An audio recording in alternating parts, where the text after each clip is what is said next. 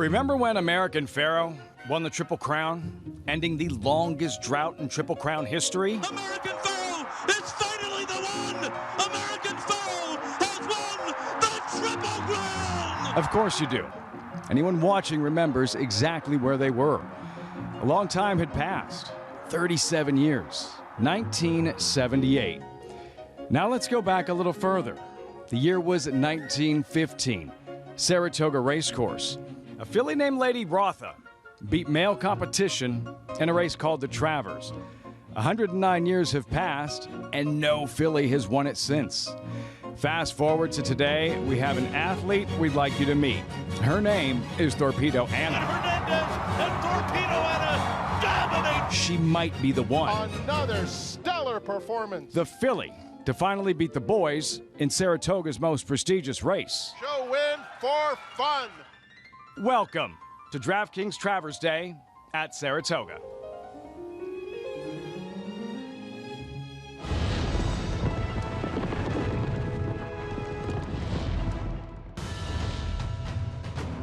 On this spectacular late summer afternoon, placing the starting gate in place, this storied racing cathedral has seen it all. But today, everyone here, everybody watching might see something not witnessed in a very, very long time, and a terrific summer bash well underway as we welcome you to the paddock here at Saratoga. I'm Lafitte Pinkai. There are certain stories in sports that simply write themselves. This is one of them. A filly trying to win the Travers. Later will illustrate what was happening in the world of sports back in 1915. It's fascinating.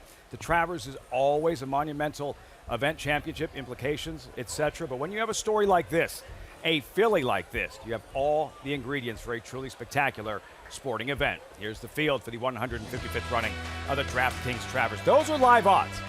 Torpedo Anna, the filly, drawn inside 9-2. Number 7, morning line favorite Dorick, 2-1. The champ Fierceness to his outside overlay, 7-1. The actual favorite Sierra Leone at 9-5. As I welcome in my friends and colleagues, handicapper Jonathan Kinchin, New York Racing Association analyst Andy Serling, multiple Grade 1 winning trainer Tom Amos. Andy, wanted to start with you. You've been to a few of these Travers Stakes. We have great stories this year. That aside, this particular race, what makes the Travers so unique, so special?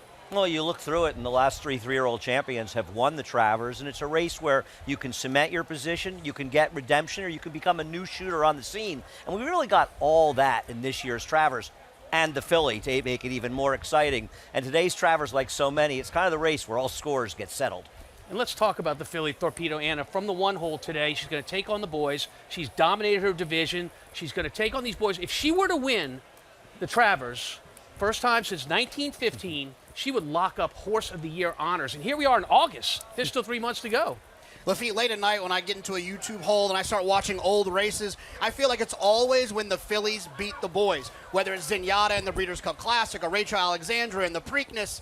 Today, Torpedo Anna has a chance to get added to my YouTube list of races that I want to watch back. She could be special. We'll find out in a little over 3 hours. Overcoming adversity, that poor start in the coaching club, American Oaks, and still gliding under the wire. So much class. Torpedo Anna. Rumor has it someone on this desk getting a Torpedo Anna tattoo. Should she beat the boys in the Travers?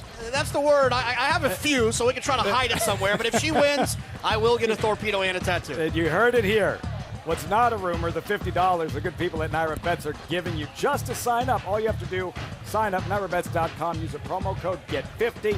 That's it. Win it, you keep it, lose it's on us. Sign up now, $50 free play, NYRABets.com. Let's say hello to our reporters, starting with Paul LaDuca, 4-time Major League All-Star, hanging out at the Belmont Winners Barn. Yeah, standing outside here, the barn of Dorick, and AKA Big Puppy is having nothing of it. I tried to get over near him, and he just knows it's race day, and he's very fiery. And listen, he's trying to equal history here, right? He's trying to become the second horse to win the Belmont, the Haskell, and the Travers. It's really hard to pull that off, and he's a horse that is very, very gritty. In his last 2 races, it looked like he's gotten beaten, and he's won both of them. So he's going to try to add another trophy to the case. For more on this field of the Travers, let's go to Acacia Clement. I'm standing here at the barn of trainer Chad Brown as he looks to make his own history today, seeking his first win in the Grade 1 Travers. A native of nearby Mechanicville, he grew up in the backyard here at Saratoga, dreaming of one day winning this race. He's come close before, finishing third in the past with both Zandon and Miles D. But today, he probably has his best chances yet. Sierra Leone, the deep closer, nearly gave Chad his first Kentucky Derby. He's one that's going to be coming from off the pace, and with a contrasting running style, unmatched wisdom, the lightly raced, undefeated colt will also be there as well. So 2 chances in the Travers today for trainer Chad Brown. He has said that this Travers Lafitte would mean more to him than even a Derby victory. So many intriguing subplots, Acacia. Chad Brown seeking that first Travers win. Among them, the blankets, the garlands for every Grade 1 race you'll see this afternoon. Today's race is brought to you by Claiborne Farm. You'll see 6 live races, 5 of the Grade 1 variety. What does Grade 1 mean? Simple. It's the best of the best, the elite, all culminating with the 155th running of the DraftKings Travers John Deere Track Condition Report. Cue the tractor. Main track, fast. Both turf courses listed as firm. As we say hello to Maggie Wolfendale in just a moment, we have to look at the field for the upcoming 8th race. They're on the track. The only race you'll see that isn't a Grade 1 event. These runners all bred in New York. First of 2 grass races on top. Field updated odds. Wow, rhetorical odds on at 3-4, coming off a stellar debut performance earlier in the meet. Let's meet the field. Final Denial at 15-1, drawn inside. Joel Rosario already with 2 wins on the afternoon. Kind of an interesting horse for Christophe Clement, stretching out from a sprint to a route for the first time in her career, Whistler's Honor and Ricardo Santana. Lafitte, my top pick is 35-1. Nice. I thought this horse ran extremely well last time, closing into a slow pace. He strikes, it'll pay for your tattoo. Ponyless, their solo empire. Yeah, he's in a very, very tough spot, thus almost 70-1. Clear Conscious now with Hall of Famer Mark Casse. That's the key thing, switching to a Hall of Famer. This horse has run well, and he's been training well. What a first start, rhetorical. Based on his odds, I guess him winning this race is a rhetorical question. Your mission pictured 1 for 14 coming in. Yeah, 68-1. Probably deserves to be that. Number 7, Miracle Mike, 6-1. 7-time Travers winning jockey Javier Castellano aboard. Seems to have an affinity for finishing third. He's got talent, but he's on the fringes. Slap in the face, not owned by Will Smith. Another one I think is very interesting, who I thought ran well last time, definitely drawing live in here. Willing to risk it all, Flavian Prat will ride Sierra Leone in the Travers, the current favorite. Flavian Prat has been on absolute fire throughout this meet. Let's see if he can get this one home.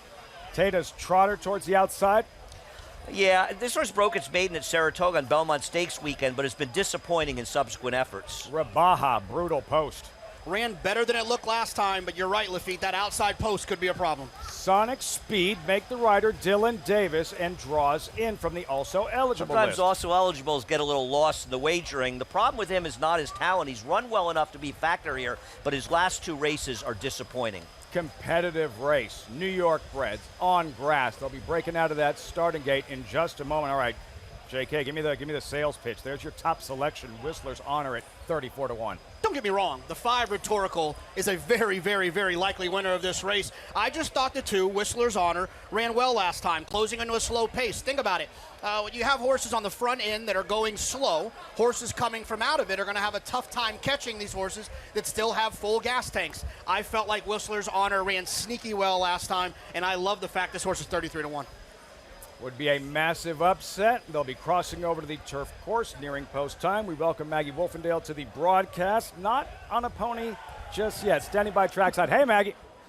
Hey, Lafitte and JK. I don't know if you're in good company, but you're in company with me when it comes to our top selection. But let's start with your heavy favorite. That's Rhetorical, who takes on winners for the first time after breaking his maiden in style by 5 lengths. And on the turf relative to the dirt, that's kind of like winning by 10 on the brown stuff. So it was very impressive. Talking about number 5, Rhetorical, who does get Lasix for this second start. Now, I thought he looked like he could tuck up a little bit in that debut. He hasn't.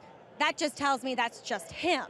The one thing he is different is that he's a lot sharper in the prelims than he was in that first race. So he had some speed that day. Look for him to display that yet again. And then there's a stretch out who I don't want to be too critical of, that is a big price in number 1, Final Denial, who is a closing sprinter. A lot of times that just does not translate, and I have to say that physically Final Denial looks much more like a sprinter. As number 2, he'll be my top pick for what JK said, that closing into a slow pace, Whistler's Honor. He is now 4th off the layoff, as this is his 3rd turf try off the bench, and this is by far the fittest he's looked. Lafitte, he caught my eye immediately in the paddock. We've all worked a lot of shows together. I don't ever remember 2 of our handicappers choosing a 28-to-1 shot Whistler's Honor. Then you have number 10 and Willing to Risk It All, and jockey Flavian Prat to ride Sierra Leone, the favorite in the DraftKings Travers, as we welcome champion jockey Richie Migliore to the broadcast. Yeah, Flavian Prat making all the right moves this entire meeting. 3 away from tying the all-time record, 15 stakes wins in a Saratoga meeting. And he's live today. He could actually do that today. He had a choice to make between Unmatched Wisdom and Sierra Leone. He stuck with Sierra Leone, a more difficult horse to ride, but he feels a horse that has already shown he can compete at this highest level. And he also feels like he knows him a little better. He's a little tricky to ride. You'll hear a lot more about that later on in the show. I had an opportunity to sit down with Flavian Prat, and we'll have a feature later on with him, guys. It's a good problem to have, Richie, but a problem nonetheless. Don't want to choose wrong in a $1.25 million race. Look forward to that interview later in the broadcast. There he is, the man on the mic, Frank Mirmati, the voice of Saratoga, Southern California native, 2nd full summer at Saratoga. Ready to call his 2nd Travers this afternoon. We have a rider off of number 3, Solo Empire. Rider off, Lane Luzzy. Tough couple of weeks. Was kicked in the face in the paddock a couple of weeks ago, but Lane back, he's good. But Solo Empire got loose and is on the main track. What happens now? What's the protocol, Tom? Well, we're going to have a delay. They're going to wait to catch that horse and make sure the horse is okay. He'll almost assuredly be a scratch with what's occurred, and the riders will get off their horses, take the weight off their back, and these horses relax a little bit. They're in race mode. They're focused and ready to go. They're going to chill for a little bit. But also, do keep in mind, he's not loose on the turf course. He's loose on the main track. Nothing you said isn't true, but he's not running loose on the turf course where we're running this race. He has to be caught on the main track.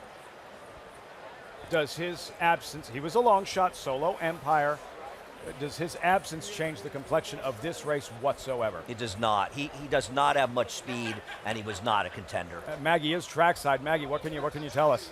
The good thing is that Solo Empire is actually on the dirt. So that's good, so he doesn't run a risk of running back into the gate. And hopefully will be apprehended shortly. Is a late scratch now officially announced by Frank Mirmati, as we saw number 7, Miracle Mike, getting a saddle adjustment. Well done to our outrider, Jesse Costa, as he has apprehended Solo Empire. So guys, a start will be imminent. Our outriders, Tom, you talk about unsung heroes. For someone who doesn't follow the sport on a day-to-day basis, like how significant, how important to the day-to-day operation? Well, there are policemen on the racetrack. In the mornings, you may have anywhere from 100 to 150 horses practicing at the same time on the track. They're watching all the activity. There's more than one, and if anything goes wrong for one of the riders or one of the horses, they are there to facilitate and help them. And what were the assistant starters doing with the numbers? They're moving every horse over so that they'll break in line, so the 4 horse moves into post 3, the 5 horse into post 4, etc. And also, Jesse seems like he can catch just about anything. It's a miracle what he does. And, you know, Tom, given the moving parts in racing, it's a miracle how little goes wrong sometimes. And it's really a testament to the incredible job that the men and women in these roles do. You're talking about the starters, of course, that handle the horses in the gate, and of course the outriders, which Jesse is one of. Yes, they do a great job. They are true horsemen. It's a thankless job, and they get very little credit, and they deserve so much. Able to corral the loose horse quickly. Solo Empire, there's the favorite, currently 3-5, Rhetorical. Leading rider, Arad Ortiz, a date with Unmatched Wisdom in the Travers. He's yet to win a Travers Stakes in front of this massive crowd. This is the most prestigious individual race meet in North America, and this is the biggest day. And what a story later on at the DraftKings Travers. 3-year-olds, championship implications, a filly. We have it all. And we have this 8th race. We're going to find out about Rhetorical. One start, just one start for number 5 Rhetorical. He was that good, that impressive. He is an odds-on favorite at post time, facing this crew of New York breds, a mile and a 16th on the turf course. Try it again. Frank Miramati standing by. Take 2, post time, live from Saratoga on Fox. Thank you very much, Lafitte. Last few runners left to load. Willing to risk it all. There is Rhetorical for Will Walden, who's made his presence felt at this meet as well. Your Mission is next. Rabaha coming up. And Sonic Speed will complete the line. And the Zilla Racing Stable Silks goes in. They're in the gate. And they're off. And just like in his debut, Rhetorical was off slowly. Clear Conscience is very alert. Tedda's Trotter is intent on getting to the front, and Rabaha is flashing some early zip too. So it will be Tedda's Trotter to set the pace with Rabaha on the attack in second. Clear Conscience is down on the inside, a close-up third, only 2.5 lengths or so off that lead. Then Willing to Risk It All, who races right inside Sonic Speed. On the inside of them comes Final Denial, who is 4 lengths, about 6 lengths off the lead now. Slap in the Face is next. The opening quarter went in 24 1/5 seconds as they straighten up for that run down the back stretch.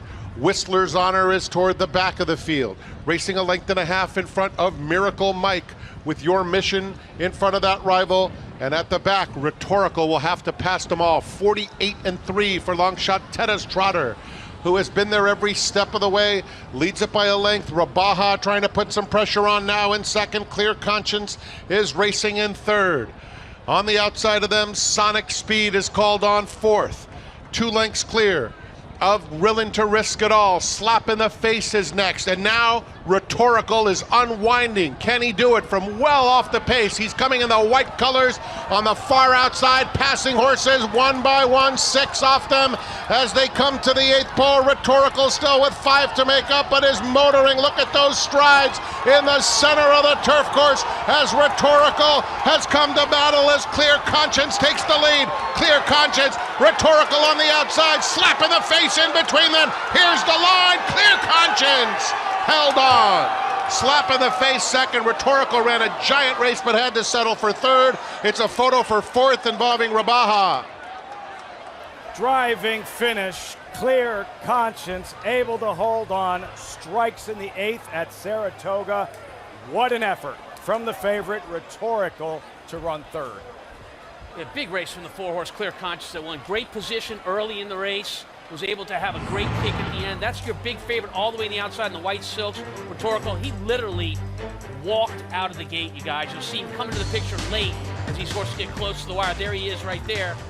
Pops in your picture there. A big effort, but just too much to do from last. Well, it's also an incredible contrast to trips, because the 4 got about as good a trip and as good a ride as a horse could possibly get. Whereas, much like his debut, where Rhetorical broke 1.5 lengths slow, he broke 1.5 lengths slow again today. What happened? Found himself well back behind a very slow pace, Jonathan. This is a situation that's got me thinking a little bit about what we might see later with Torpedo Anna. Right? She was the best horse in her last race, but she broke a little slowly and overcame it. That's how good she is versus the horses that she was facing. But I feel very similar to what we just saw right here with Rhetorical. If Torpedo Anna breaks slowly like this, she might have the same fate in getting beat by horses that might be a little bit better than her. It's problematic, Tom. He's last, and then he starts to get very aggressive and pulling at his rider, Arad Ortiz. It only complicates matters. I don't know how far we'll carry this replay, but if we take it to the turn, you'll see that he is really having a hard time holding him back. They're not going that fast up front, but he's like a car in a traffic jam. He's nowhere for him to go. He's got to restrain his horse and wants to save ground. He ends up saying to hell with it and going wide and losing a great deal of ground on the turn. almost gets up. He absolutely flew home. He ran huge. Think about a track star, Usain Bolt, walking out of the gate and then running the best 90 meters of his life. It doesn't matter if he walks out of there. He can only get home so fast. Tom, here's what you're talking about. Rhetorical and fighting and pulling and getting aggressive with Gerard Ortiz in the white colors way back. Yeah, he's in last. You're going to see him start to throw his head around maybe about midway through the turn. He's got nowhere to go. Horse in front of him, horse alongside of him. He can't do anything. Right about here is where he starts to give him Gerard Ortiz a little difficulty. You'll see him. He's moving from one lane to the other, tossing his head a little bit, even more as he turns down the backside. Nowhere to go. And also, you know, you find yourself back in last. The pace is very moderate. They're not going that quickly up front. And Ira has to come from dead last, so sort of everything went against him, and he still only lost the race by a half a length. Now, he's been his own worst enemy every time he's run. He needs to get out of the gate cleanly. Massive effort, had no business running third. Clear Conscious takes advantage. Jose Ortiz, 4-8-5-10. Just getting started on this historic DraftKings Travers Saturday from Saratoga Racecourse. Still to come, two-time Triple Crown winner Bob Baffert takes a long ride in a slow golf cart with Jonathan Kitchen. Is he over what happened in the 2015 Travers? Plus, World Series champion, Belmont Stakes winning owner Jayson Werth. The journey from the ballpark to the racetrack to the winner's circle. He sits down with Paul LaDuca, just a couple former teammates hanging out. And finally, she is the darling of North American racing. She's the high school junior the Super Filly is named after. Anna Thorpe and Torpedo Anna. Both athletes just too fast to catch. Those stories and much more on Fox Saratoga Saturday. You'll never catch me, I'm the fastest girl alive.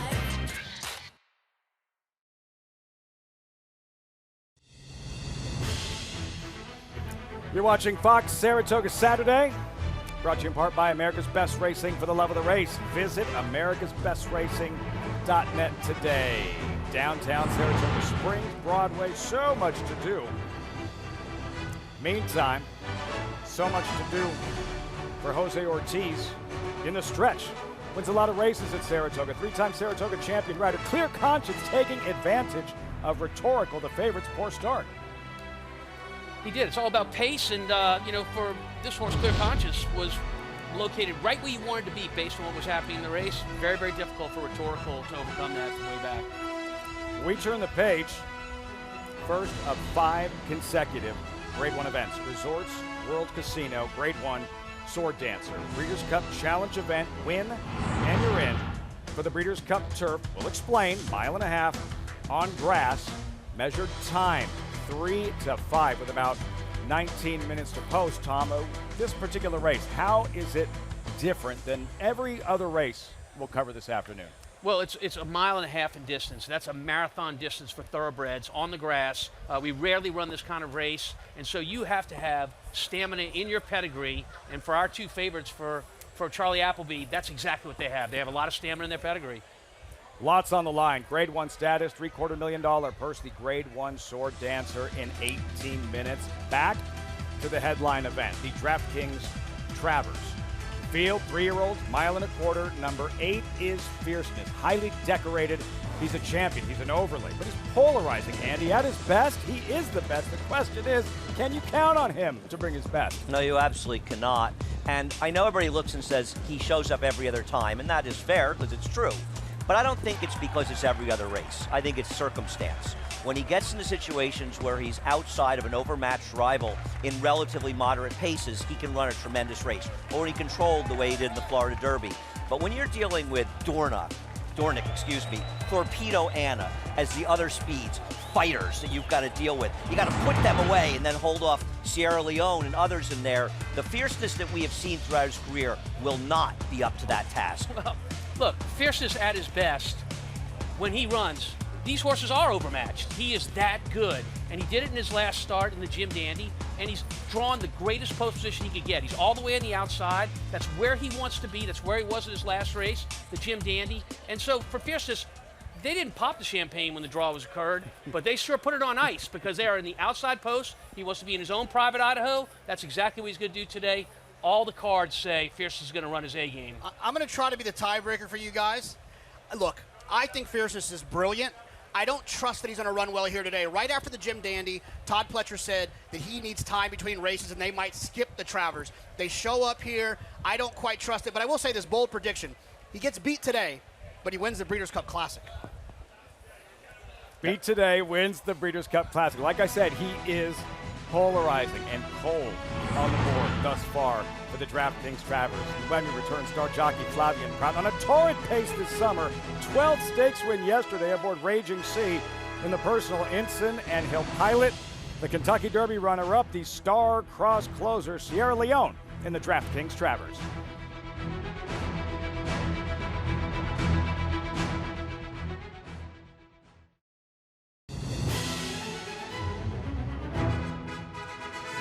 It is Flavian Prat and White Beam looking for a repeat. White Beam all the way in the Diana. Raging Sea and Flavian Prat pulling away.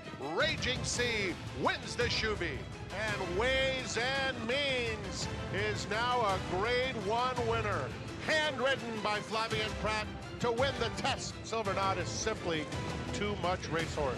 Silver Knot all the way in the Bowling Green.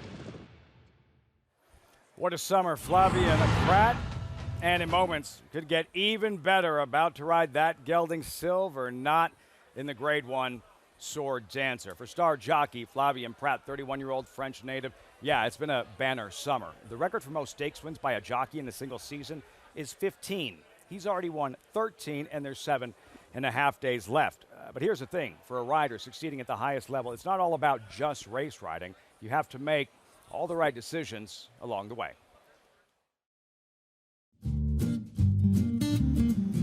You were in a comfort zone in California. I mean, you dominated. Yeah. You stepped out of that comfort zone to take on this challenge.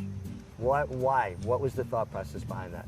Because, like you say, I was in a comfort zone, and I wanted more. I want to explore. I didn't want to, like, let's move 10 years forward, and I don't want to look back and say, oh, I could have tried and I never did. My kids are young, so I'm able to travel still, and so I want to try now. It's not, it's not when I'll be 45 or 50 and I'll say, well, I never tried, and maybe I could. So I don't want to, maybe I could. Well, you bring up family. You have 2 young children. I know for me, when I rode, I have four children. My wife's support was an integral part of me being able to do my job.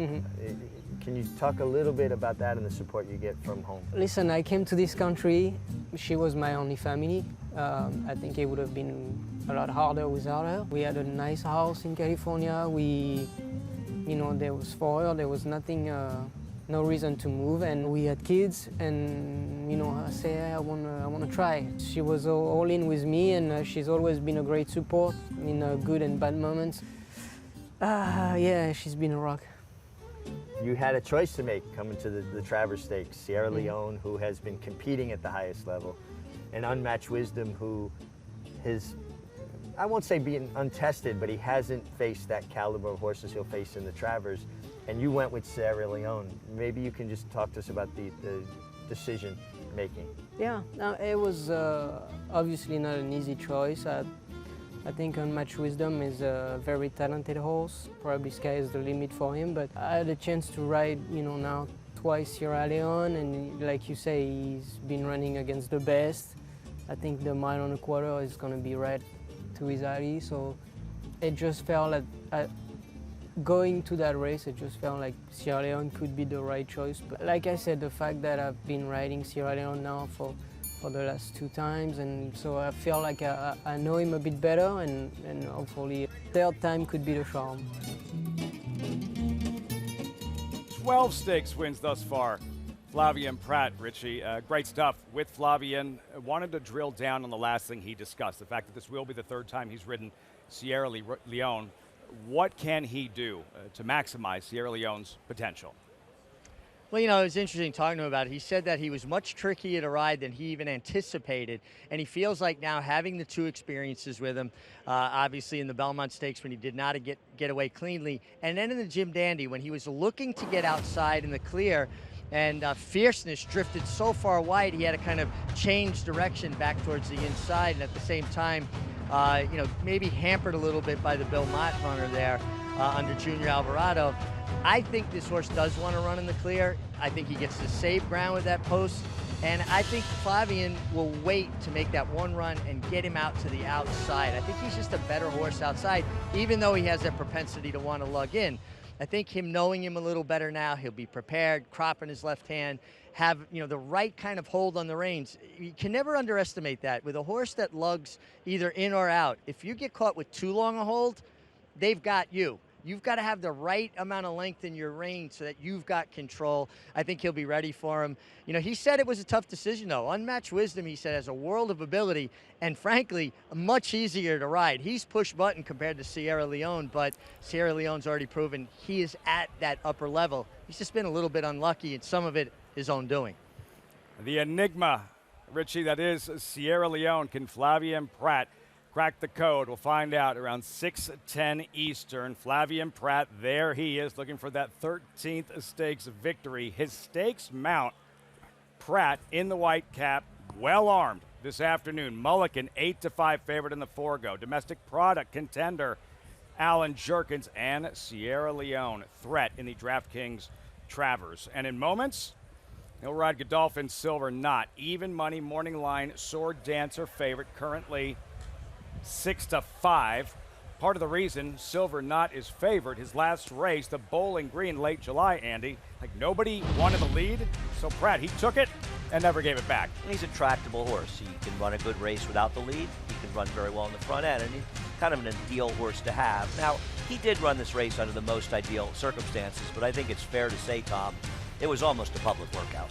Yeah, I mean, but this finish here is really impressive. Very strong finish. Of course, that's all set up, Jonathan, by the fact that he's able to go slow early, as you said earlier, leave a lot of gas in the tank. When he puts the foot to the accelerator, he took off. I like Silver Knot because he's so versatile. His last 3 wins, he's won 3 races in a row. He won on the lead, he won right off the lead, and then he won coming from off of it. He's kind of like one of those teams that can beat you throwing the ball and running the ball. Versatile, Silver Knot, razor sharp, 3 straight victories, seeking a first Grade 1 win in the Sword Dancer. Back there somewhere is Measure Time. There he is with the red blinkers. A Grade 1 winner here at Saratoga Belmont Stakes weekend in the Manhattan. Put a gun to my head and ask me which one I think is more talented among the Godolphin runners. I'd say it's Measure Time. The only time, though, he tried a 1.5 miles was on a synthetic horse, and he finished a distant second as the 2-5 favorite. So with Silver Knot, you know you've got a horse that's comfortable with a 1.5 miles. You don't know it with Measure Time. But, you know, we talked about these races involving stamina and looking at pedigree. Silver Knot's Measure Time's a half to Rebel Romance, who won 5 Grade 1 stakes, the highest level race we have at this marathon. A half brother. I'm not saying I'm going to be surprised when Measure Time gets the 1.5 miles. I just feel more comfortable Silver Knot. Listen, I'm trying to beat both of them with the 3 far bridge, so call me crazy. I'm against them both. That was Charlie Appleby, you saw, the trainer of both Measure Time, Silver Knot. The damage he and Godolphin have done this year at Saratoga. 4 graded stakes wins, including that Manhattan with Measure Time. Appleby isn't done yet. Andy, for our viewers that have the $50, right? The new members just signed up, the $50 free play. How would you advise them to use it in this race? I'd take a shot and try to turn it into $400 or $500 by betting the 3 far bridge to win. If you want to get conservative, bet half to win and bet some exacts, some second to the 2 Godolphin runners. But Far Bridge is a very quirky horse who needs to save ground to be effective. And in this small field in Joel Rosario, that's very likely to happen. And when he can get a comfortable rhythm inside, he can run his best races. And he's been compromised in all of his last 3 starts, and in my opinion has not had a fair chance to show how good he is. Is he necessarily good enough to beat both Godolphin horses? I'm not sure, but at 8-1, I'm willing to try to find out. $50 to win on him. We mentioned this was a Breeders' Cup Challenge event. We promised to explain. So much at stake in these Breeders' Cup Challenge races. It's not just the Grade 1 billing. It's not just the $750,000 purse, but an automatic berth into the Breeders' Cup Turf starting gate this fall at Del Mar. You have the $10,000 nominator, The travel allowance for horses stabled outside of California works for these horses, none of them stabled in California. And yeah, they go quickly, don't they? The Breeders' Cup World Championships, always a great time, always a great party. Some of the very best racing on the planet, and tickets on sale now at Del Mar, November 1st and 2nd. For more information, to acquire your tickets, go to breederscup.com/tickets. Riders up. First of 5 Grade 1 events on this gorgeous, spectacular Travers Stakes Saturday at the Spa. Packed paddock, packed house. And this Sword Dancer, a marathon 1.5 miles. We showed you everything at stake to the winner. A spot in the most lucrative grass race in North America, the Breeders' Cup Turf. We'll be hearing from the trainer of this moment, Charlie Appleby. Strong 1-2 punch with measured time number 2, even money Silver Knot, who you're looking at there. Flavian Prat looking for that 13th stakes win. Charlie Appleby with Acacia in the paddock. And sending out 2 here in this Sword Dancer, Charlie, both have shown some early speed. Tactically, how do you expect it to play out early on? Look, the most natural horse to go forward will be Silver Knot. Obviously, as you know, he's done that before. He stays the 1.5 miles. William will have to drop in there just because of the question mark about the 1.5 miles. We're confident he will get it. But it's one of those tried and tested things. Until you've been over the trip, you don't really know. But all evidence is that he should get it. So, but he obviously will just drop in and ride that race on him. Measured time, as you mentioned, the question, a little bit of the distance, is the half to Rebels Romance, who, of course, you know well. That pedigree, like you said, a lot of things suggesting the distance should be within his wheelhouse. No, that's right. And in Manhattan, they challenged him off the turn there. And the most impressive part of his run was the last couple 100 meters here. He put it to bed and was never going to be caught from there on. Thank you for the time. Best of luck. Pleasure. Thanks very much. Lafitte. Appleby trains that colt. Measured time, one of Europe's best in the saddle, William Buick. Yeah, won his debut here in the United States, the Manhattan at Saratoga right here, and we're stretching out in distance. Quirky but talented, Far Bridge. I think Far Bridge is going to get the kind of trip he needs to run his best race. I'm hoping that best race is good enough today. Silver Knot seeking a first Grade 1 victory and what would be a 4th straight graded stakes win. This is the other Charlie Appleby entry in this race, in this field of 6, and look, he gave you a nugget. He's telling you Silver Knot is going to control the pace. Pioneering Spirit, his sire or father, Triple Crown winner American Pharaoh. Yeah, he had a tremendous summer here last year. I think his best chance to get a piece here would be to try to wire the field. Number 6, Grand Sonata. Trainer Todd Pletcher with runners in 4 of 5 Grade 1 races. Yeah, and second in his last start, had a great triple on the rail, just didn't quite get there. Marathoners in the Resorts World Casino Sword Dancer Breeders' Cup Challenge event. Winning you're in for the Breeders' Cup Turf Packed House. And later, this story. Looking forward to this. Former teammates, Major League All-Stars, Jayson Werth, Paul LaDuca. For Werth, this journey from the World Series champ to the Belmont Stakes winning owner and now co-owner of the DraftKings Travers favorite, Dornick.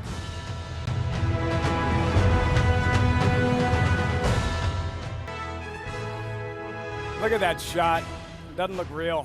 Postcard kind of afternoon in upstate New York. You're watching Fox Saratoga Saturday. Gearing up for the Grade 1 Sword Dancer, we check in with Maggie Horseback. That's right, Lafitte, and we'll check in with the Godolphin duo in here as measured time. He's trying this 1.5 mile distance for the first time. Now, he's one that is really revved up. He typically is that way, but today it seems accentuated. And for me, I never like a horse trying to, get a farther distance for the first time when they're expending this much energy prior to going in the gate. Now, his stablemate, on the other hand, Silver Knot, he's 1 for 1 at this distance as he looks great. If anything, compared to 2 back when I saw him at Aqueduct, he's stronger, he's fitter, and he's just more settled overall. I like Silver Knot here, but the horse that really caught my eye physically and in the warm-up was the horse on the outside. That is Grand Sonata for trainer Todd Pletcher and Javier Castellano, looking to win this Sword Dancer for the 3rd time, Lafitte. 2 Sword Dancers, 7 Travers. He does it all. We check in with Richie. Yeah, guys, I was speaking with William Buick, the rider of Measured Time, and he is Godolphin's first call rider. And there's not much pace in this race. I said, who's going to the lead? Because both Godolphin horses do have some pace. And he said Silver Knot has more pace than his horse. He assumes he'll be in behind Silver Knot. I think that gives Silver Knot a big opportunity to take this flag fall to That's All. Wire to wire, potentially fascinating race shape. Strategy we'll see early on this race. We've seen horses like Main Sequence, Better Talk Now, Phrase, Theatrical, Sword Dancer winners that captured the Breeders' Cup turf. It is post time for the Resorts World Casino Sword Dancer. Frank Mirmati standing by. Grand Sonata, the last one to load. They're in the gate.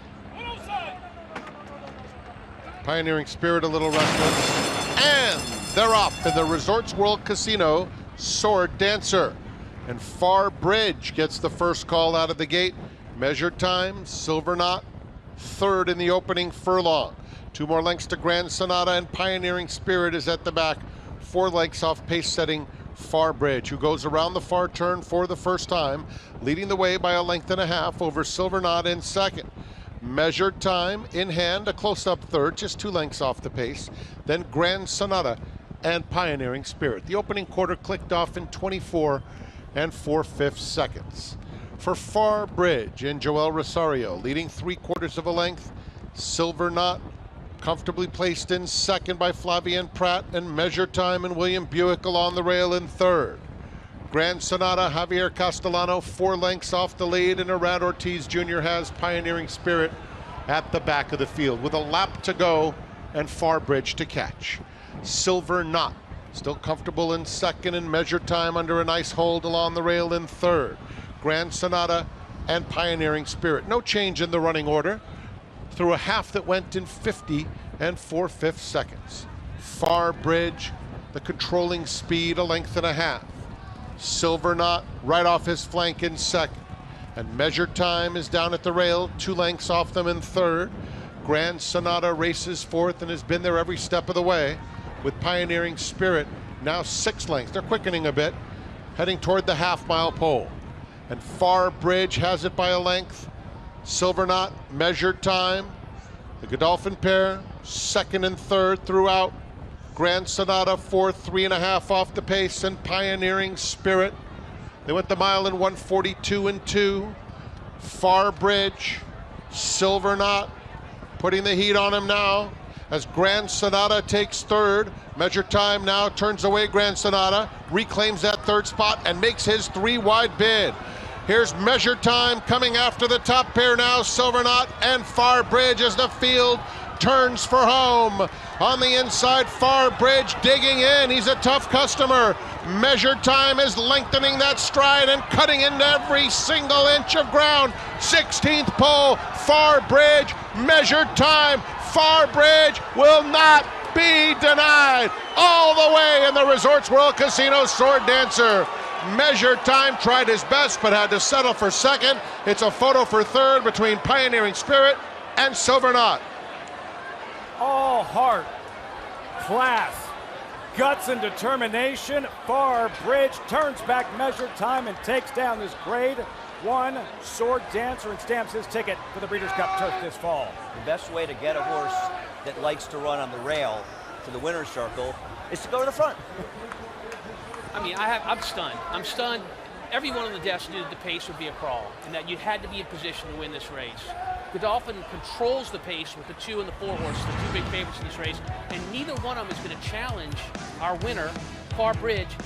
It's 3/4 and 1/17 1/5, which in racehorse time, going this far, is pedestrian. Dawdling. It leaves so much left for the finish, despite a furious finish by Measured Time, the 2 horse on the outside. There's just too much in the tank that Far Bridge has. He won this race literally in the first, I don't know, 100 yards? Andy, I got to be honest with you because I like you. I didn't make fun of your pick. I thought this horse had no shot in here against these 2 horses from Godolphin. That was an outstanding selection by you. Thanks. I'll be honest, I obviously didn't think he'd wire the field, but it was a brilliant concept by Joel Rosario and Christophe Clement, or whomever came up with it. But this is a horse that has been unlucky in some races in his career, and he deserved to get a little bit lucky in this race, and I'm happy for Far Bridge, who I think a much more talented horse than people give him credit for. The disappointment, by the way, was Silver Knot. Far Bridge, Joel Rosario going to work. 3 wins on the afternoon. Takes down this Grade 1 sword dancer and is with Maggie Wolfendale.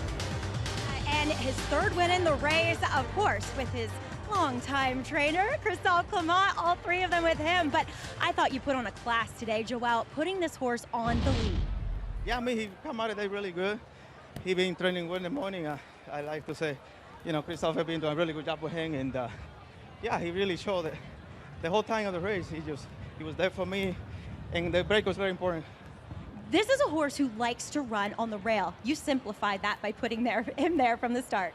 That's right. You know, it broke well, and you know, we're looking to see if somebody want to go, but it looked like, you know, he was there, and you know, I'm sure he'll be fine with that and just stay in that rail. How game was he today? He was. You know, the other horse came the outside, and he was, you know, he was so happy, and he would enjoy what he was doing. He looked like it, Joel. Congratulations. Acacia, I'm sure you're with some happy connections.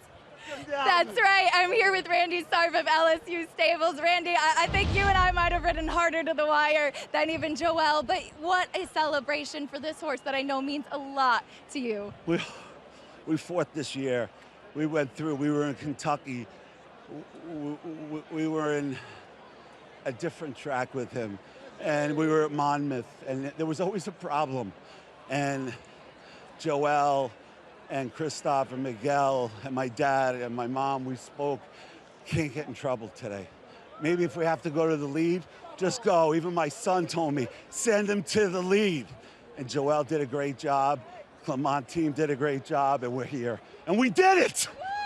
How deserving is this horse of this big win? Big for him. He deserves it. He fights every day, okay? He works very hard. He's a little quirky, but he could run.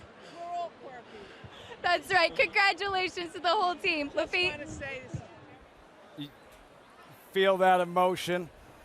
What a win. What it means to win a Grade 1 event here at Saratoga. Far Bridge, Richie, and Joel Rosario, one of, if not the strongest finishers in the game. Key to the race was going to the front and setting that pedestrian pace. The 3 quarters in 17, that quarter in 27 or 26 and change really sealed the deal. Joel, so hard to get by, not just because of his strength, but because he knows how to conserve horse, and he's got a great clock in his head. This was a tremendous ride. A horse wants to log in, hey, I'll go to the lead. I don't have to worry about having to correct him, and he just kept finding. Last quarter in 23 seconds, going 1.5 miles. That is racehorse time coming home. And guys, the only one that rode harder than Joel was Acacia. You should have seen her in the winner's circle. She could have won an Eclipse Award for that finish. Acacia is winning trainer Christophe Clement's daughter-in-law, married to son Miguel, assistant trainer for Christophe Clement. Clement and his domination in this sword dancer, a 5th win, including 3 of the last 4. Unbelievable performance. Far Bridge here. You made a comment a couple of weeks ago, JK, about Joel Rosario when he's going really well. You say when Joel is Joeling.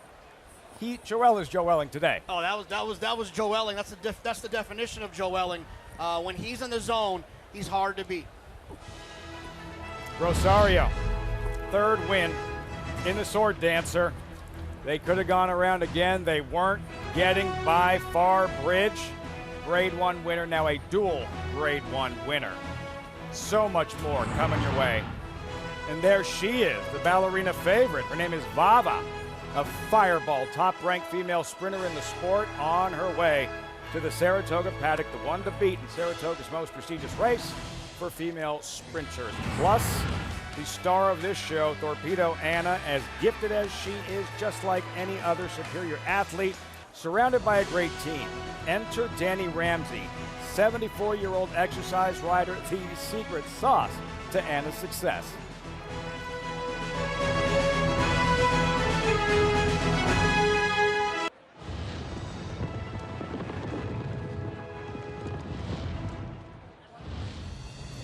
Welcome back. Fox Saratoga Saturday. Saratoga Lake, about 3 miles from the track. So much to do around here, not just a racing town. Today, it's a racing town. Torpedo Anna's trainer, Kenny McPeak, spent some time on Saratoga Lake. And here, the marquee event every summer on this day, DraftKings Travers Day. Picture perfect, late summer Afternoon building is packed. It's quiet there, but an electric atmosphere with just over 2 hours until the main event. Live odds for the DraftKings Travers 3-year-olds, mile and a quarter, just like the Kentucky Derby. 4 of the 8 runners ran in the Kentucky Derby. You'll see the filly drawn inside. Torpedo Anna, she's 4-1. The favorite, Sierra Leone, wow, 8-5. As we get closer and closer, Tom, about 2 hours until post time for a trainer. What are these last couple of hours like, getting closer to the race this big, this significant? Well, for me, I'm doing a number of things. I'm number one, reviewing what I've done with my horse and making sure I haven't missed anything. I'm thinking back to behavior the horse has shown both in the paddock and on the racetrack, making sure that I tell my rider what to do. Strategy is so important. You know where the race is, you have the form in front of you, everyone's resume is there. If you've got a horse that has some versatility, you create a strategy. Can't wait for this one. The Travers Saratoga signature race, post time around 6:10 Eastern. Moments ago, this crowd still stirring from that performance. Andy, well done. 8-1. Far Bridge turns back. Very talented measured time. Yeah, measured time ran well to be second in this race given the pace scenario, but Far Bridge, a good horse, was given a bit of an advantage. That performance, Far Bridge, is he in that conversation? This is a Breeders' Cup Challenge event for the turf. Is he good enough to compete at that level? Well, I think it's circumstantial, right? I think that when he is facing other talented horses in a full field with a pace scenario that might not hit him right between the eyes like this one, it's going to be a little bit tougher for him. He's a quirky horse. He is quirky. You're quirky, you know. Everybody has their thing. He's more talented than I am. 1840. I know Andy's feeling lucky. How about you? Are you feeling lucky? Because one lucky fan has a chance to win a VIP trip to the Breeders' Cup. Prize includes round-trip airfare, hotel stay, VIP tickets, and more. Fans can enter the contest free at breederscup.com/contests. We march forward.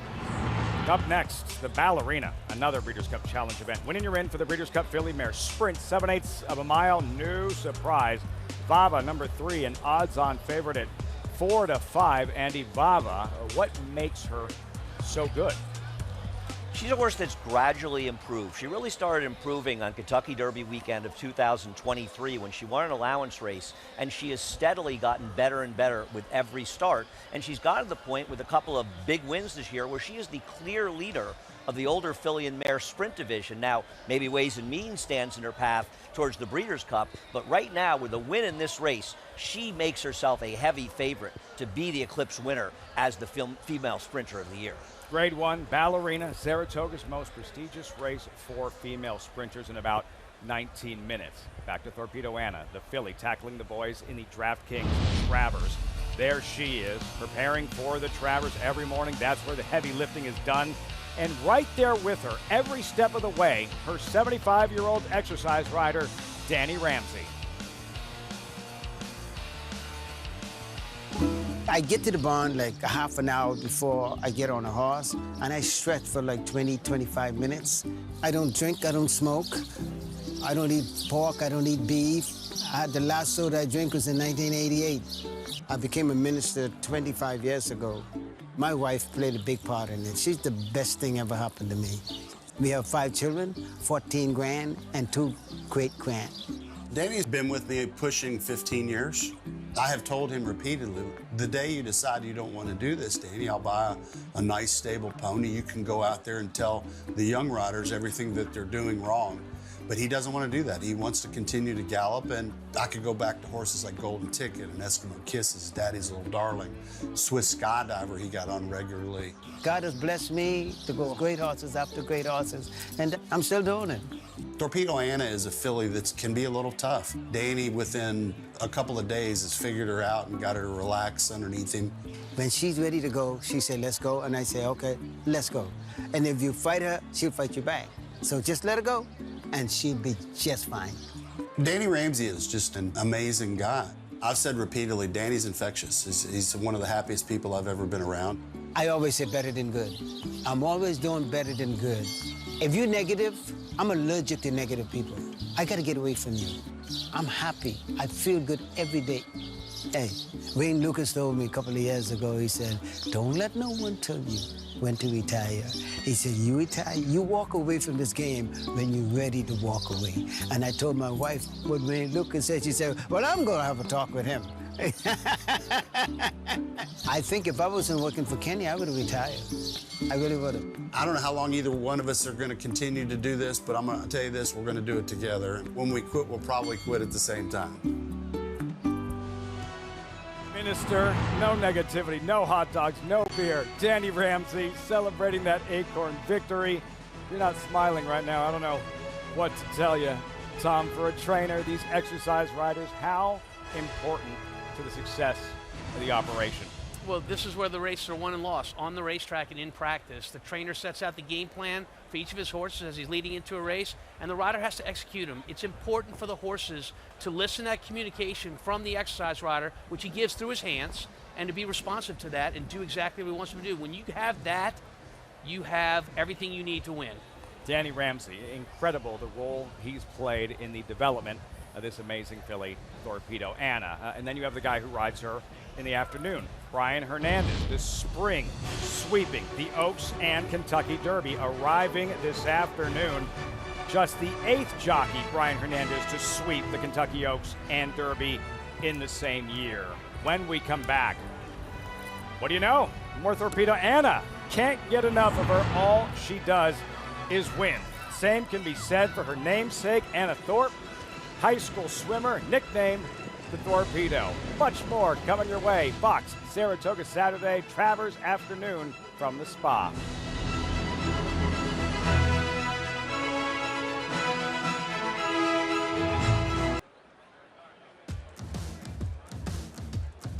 Ruby Doe digs in for all she has, and she has enough to win it! Gamine has taken the lead.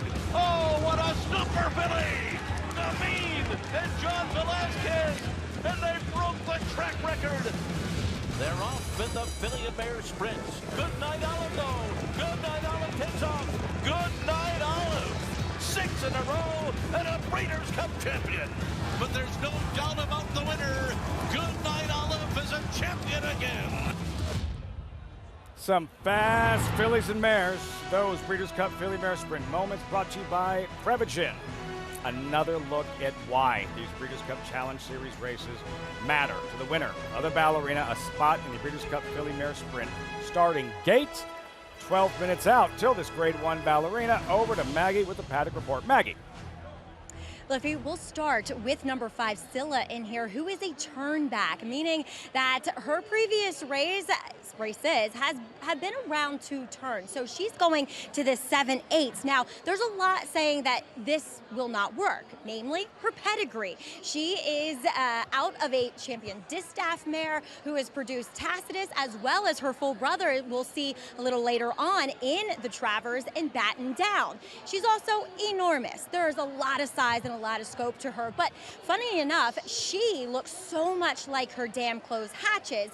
And while I think, yes, a little more ground might be preferable from a physical standpoint, she has a style that often works with these turnbacks, laying close to a pace and then being able to have that stamina to finish. She looks amazing. I love her attitude too. She is a boss filly. Moving on to the outside runner in number 8, Money's Gold. Her success has been non-existent when she runs off Lasix, but I'll say this about her today.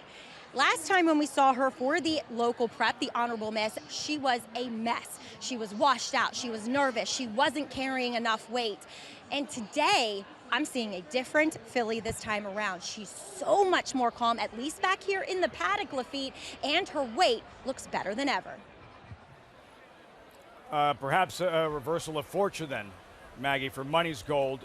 Incredibly disappointing in her last start. She's better than that and brings a lot of speed to the party. She does, but she's got another speed horse to deal with in society. So even if she brings her A game, Tom, I don't know if that A game's good enough to win this race. And also from a race dynamic, how the race set figures to be run, she gets a good post, but not a good setup. And that's the point, right? Gets a good post. If you're a speed horse and there are other speed horses in the race, you would like to be outside as Money's Gold is. I agree. Tom, as she has progressed, Vava, what has impressed you most as she has ascended to the top of this class of filly mare sprinters nationally? Well, I love what she has, which is tactical speed. It's the most dangerous weapon you can have in horse racing. you can adapt how you ride your horse depending upon what the pace is. If it's fast, she'll lay off. If it's not, she'll be very, very close. She has what it takes to be a champion. She's good, she's tactical, she's way the horse to beat, and while I'm picking against her, I'm doing it with a little trepidation. I don't think Vava is going to be easy to beat, but I like what I call a turn back. A horse that's got a route of ground in a prior start, cutting back to a sprint distance, and that's what happened with Scylla. Now, Bill Mott has an excellent record doing that in graded stakes. A lot of that's because of a horse you might have heard of named Cody's Wish, Yeah, who I he was think he pretty good. successfully did it with a few times. But he's done it before, and she's cutting back in distance, and she's coming out of a race 3 weeks ago at Del Mar against maybe the leader of that division in Adair Manor. She is going to set up for a big showdown with Idiomatic in the Breeders' Cup Distaff. I hope Scylla can upset the favorite at a slightly better price. Big price is She to Booty, trained by Chad Brown, standing by with a case in the paddock. Certainly a chance here in the Grade 1 Ballerina. Lafitte, but does have 2 chances in the Grade 1 Travers, Chad, with Sierra Leone, the deep closer, and Unmatched Wisdom, who has been more forward. How do you expect it to play out for them tactically? Well, I would say if everyone breaks cleanly, Unmatched Wisdom will be certainly ahead of Sierra Leone, and maybe in that second flight there with first run on whoever's up front battling for on the pace for that lead. So I'd expect Unmatched Wisdom to run well today, have first run, and Sierra Leone will come with his late run. Sierra Leone, we saw him closing on the inside a little bit more last time. Given his draw, where do you expect him to be today? Well, I mean, he'll be saving ground where he is, and preferred way is probably to come around horses in the center of the track. Last race, Fierceness was quite wide in the stretch, so I think his hand was forced to go inside. But I'll leave that up to Flavian and see where he feels the best path is at that point if he's running under him. Thanks for the time and insight, Chad. Good luck with She to Booty here. Thank you. Lafitte? Chad Brown, you heard Acacia discuss it earlier, wants the Travers more than a Kentucky Derby. Grew up just down the road, running 2 serious 3-year-olds in the DraftKings Travers. First things first, post-parade Ballerina, Positano Sunset. You named this filly, JK. You've been there before, haven't you, Lafitte? She ran her lifetime best race last time, but where did that come from? 15-1. Then Chi-Town Lady, 2022 test winner on this track. Yeah, no, this is a horse that has back class and can put it together this afternoon, will outrun those odds. Number 3, the favorite, Vava, Razor Sharp Star filly on the ascend. They are running the tricky 7 furlong distance today. Vava is 5 for 7 at 7 furlongs. The 2 times she didn't win, she ran second. A specialist at this 7/8 distance. And then Society, lightning fast and hard to catch. She's going to be going from the gate, look for that 4 number to be up front early. Scylla, her little brother, runs in the Travers. Yeah, her mama won 5 Grade 1s when she was racing. I like Scylla cutting back. I think she'll be finishing when some of them might be stopping. She to Booty for Chad Brown. Say what? She to Booty. Yeah. She to Booty. Yeah. Well, I love the name, first of all. But coming off a bit of a layoff, and Chad Brown has stated that this is a horse he hasn't been able to find the right race for. Money's gold. Maggie said looks better today, adding fuel to the fire, more speed. For Money's Gold, to me, it's a one-dimensional speed horse, Jonathan, and you know, I think that kind of hurts her in this spot. I think they're going to absolutely try to rocket her away from there and see how fast she wants to go for how long. High-octane sprinters. Fast. Fillies and mares in the Ballerina. Post time in 6 minutes. That's next. Plus, later in the show, 2-time Triple Crown winning trainer Bob Baffert rolling around the Saratoga backstretch in a golf cart. Can't believe he let you drive, JK. Look at that. I can't believe he let you drive, man. What's wrong with you? Has anyone seen Baffert since? Hope he's okay. At least we have footage for Cart Doc. You're watching Fox Saratoga Saturday.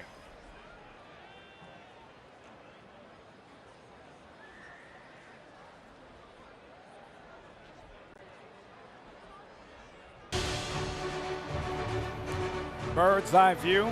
Gorgeous Saturday afternoon in upstate New York. You're watching Fox Saratoga Saturday. Brought to you in part by Hillendale Atalapa. Gorgeous aerials and scenics on this massive day in front of a massive crowd here at Saratoga every summer. The party, the day, as they watch from the 1863 Club. And we gear up for the next Grade 1 event, the Ballerina. Richie, key to the race. Which jockey riding in this Ballerina holds the key to the race? Well, Lafitte, I believe Johnny Velasquez holds the key to the race on the outside runner, Money's Gold. She's obviously fast with that outside post. Last time she was 5 of 5, and they rated her a little bit. And I think that if Johnny Velasquez goes with her, then it sets it up for your favorite Vava, who is very tactical. She puts herself in a good spot. I like Society. I think Society has a chance to lead them wire to wire if Johnny Velasquez is not aggressive on Money's Gold. Now, watching him warm her up, he has not warmed her up very aggressively. He's never broken out of a jog.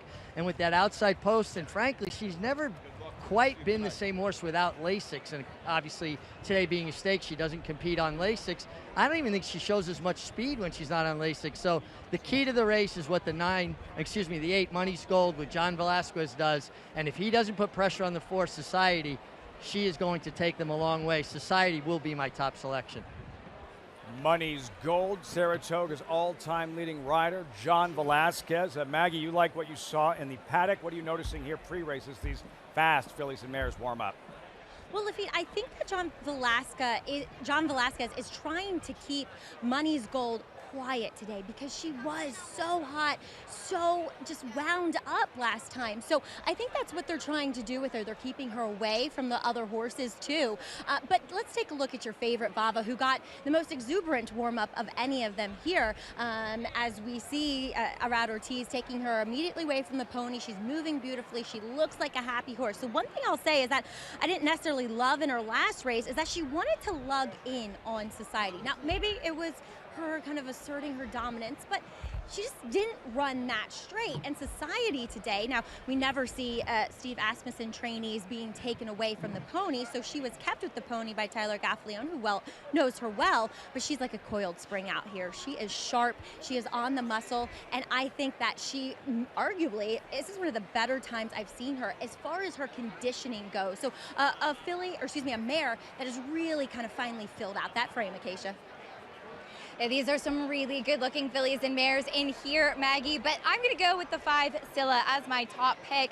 You talked about the pedigree back in the paddock, but if you look through close hatches, she did win at 7 furlongs first time out, and Scylla did win sprinting first time out as well. I wouldn't look at her and say she's built like a sprinter by any means, but having that foundation, if you're worried if any of these horses are able to sustain a little bit of an extra run, even the likes of Money's Gold, who's stretching out an 1/8 of a mile, that's not a concern I have with Scylla Lafitte, as we know that she's certainly going to have the stamina to finish at the end.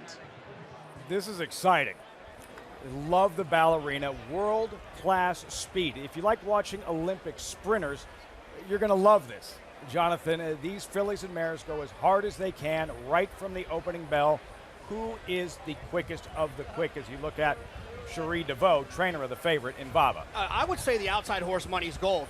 On her debut back in 2022, she looked like she could be any kind. I'm actually shocked she's never won a Grade 1 based on that performance. But from the outside post with Johnny Velasquez and the way that her career has kind of been in ebbs and flows, I feel like the only way they feel like they can win with her is if she wires this field. I think she'll be aggressively sent from the outside. We saw Cherie DeVoe, Tom, even money favorite, Grade 1 race, Saratoga, for a trainer. How much pressure?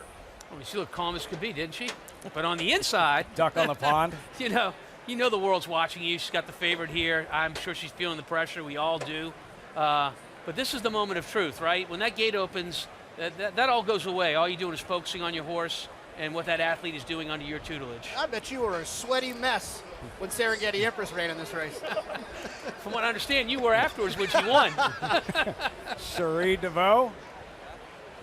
Will she be in the winner's circle in moments? Vava, even money.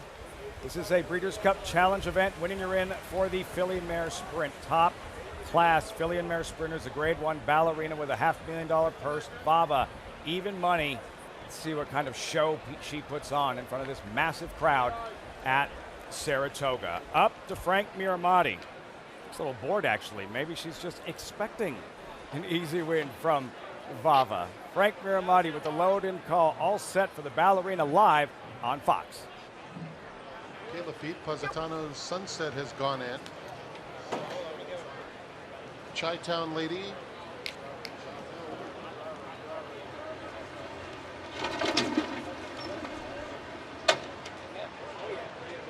Here's Vava. Daughter of Gunrunner takes up her spot. Society right next to her. Scylla will be next. Shida Booty.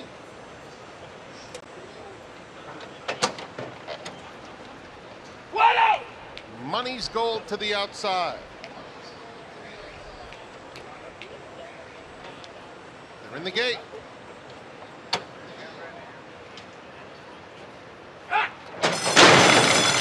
They're off in the Ballerina, and Money's Gold and Vava are the two quickest. Society is also on the pace, moving up to take second. Scylla comes away in fourth, 3 lengths off the lead.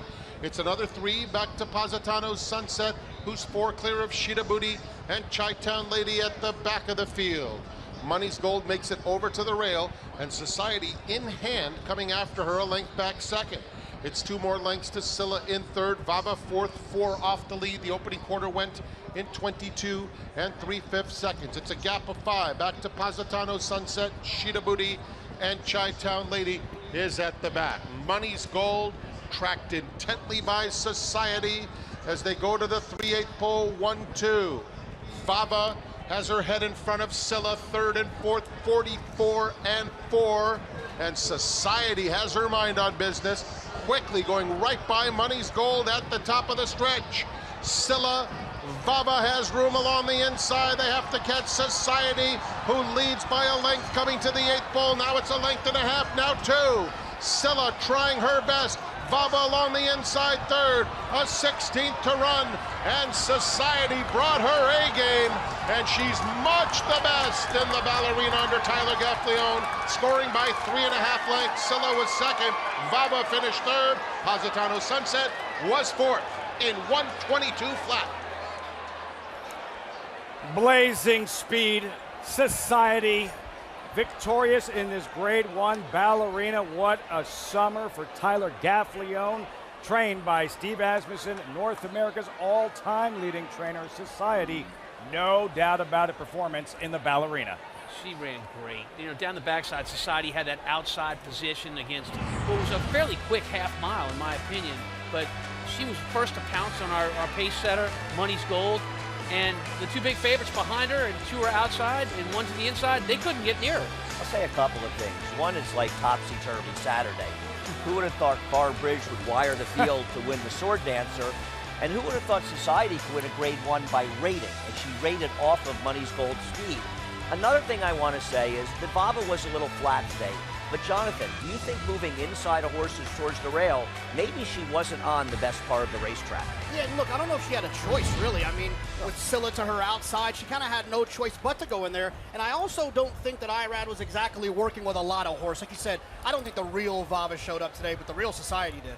Steve Asmussen on his way to the winner's circle. Tyler Gaffleone won the Grade 1 Vanderbilt with Nakatomi, and guides home Society in this Grade 1 Ballerina with Maggie. Well, he has a knack with sprinters. He also has a knack with any horse. But Tyler, as you said, you had to employ different tactics today as Money's Gold and John Velasquez called a flyer. You were sitting in second early. Yeah, you know, all the credit goes to this filly. She's so smart. She's got a ton of class. When I put my hands down, and she just came right back to me and settled great right off that filly. Then coming in the stretch, I asked her a little bit, and she really finished the job well. Sorry, Chick is meandering away from you. Talk a little bit about her development, though, Tyler, as she is one that you have ridden quite frequently in your career, and she just looks as though she's really kind of turned a page. You know, all the credit goes to Steve and his team. They do a fabulous job, especially with these fillies. They tap into them, and they know how to get the best out of them, but she shows up every time. She's consistent. She's a lot of fun to be around. Tyler, sorry about that. My pony not cooperating.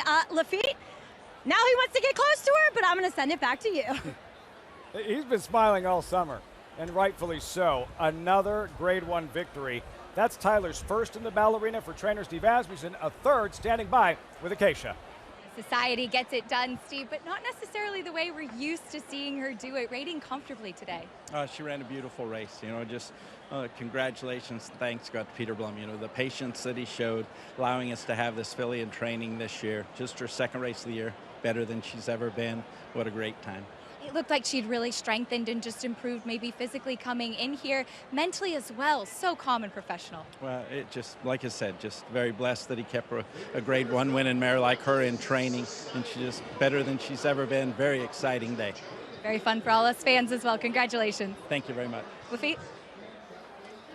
Steve Asmussen, who's won with Lady Tack last year, Echo Zulu back-to-back, Society, and a cheers to the breeder, Peter Blum. Thoroughbreds, breeder of the winner of this grade 1 Alabama Society. Richie, what was the key here for Tyler Gaffleone in winning this first for him, Ballerina? When he was able to allow Money's Gold to clear and immediately set up shop outside of her, and you could see it was a concerted effort by him. They broke sharp, but he was anticipating Money's Gold showing that good speed. Broke sharp, looks around, sees her intent on the lead, Johnny Bosch ascending, and watch how he's gonna angle out over heels here. You're gonna see her head turn to the right once we get behind these trees here. And once he got to the outside here, he's in control of the race. It was such a depth heads-up move there, very subtle, but to me, that won him the race because he was always in the right spot after that.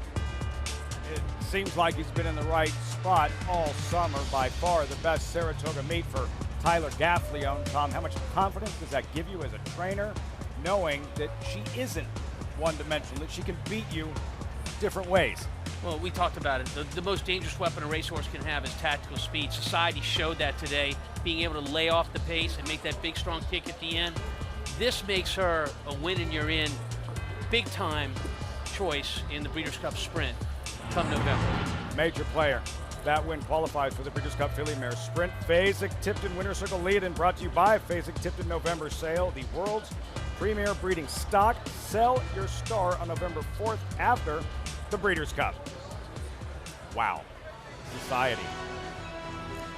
Stellar in the Ballerina. A first for Tyler Gaffleone, a third grade 1 this summer, and a no doubt about it performance.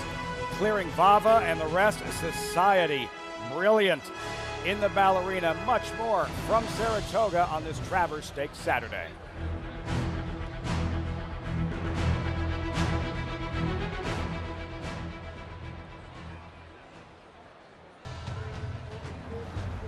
Already her own fan base. Torpedo Anna, pink everywhere at Saratoga. Hats, posters, awaiting fans at the gates, all for the filly about to run for history. Fans wearing the hats. They're here to see the big filly do her thing. Upcoming in the DraftKings Travers. Yeah, girl power is right. We've seen a lot of it this summer at Saratoga. And in the sports world, megastar after megastar. Caitlin Clark, all-time D1 scoring leader. Simone Biles piling up gold medals, defying gravity. 7-time Olympic gold medalist. Katie Ledecky, I don't guess she doesn't get tired. Doesn't get tired, not in the pool, not of piling up medals. 9-time Olympic gold medalist. And Torpedo Anna, brilliant this year, unblemished so far. More girl power that we just saw on the track. Andy, Society in the performance of her career and a grade 1 winner.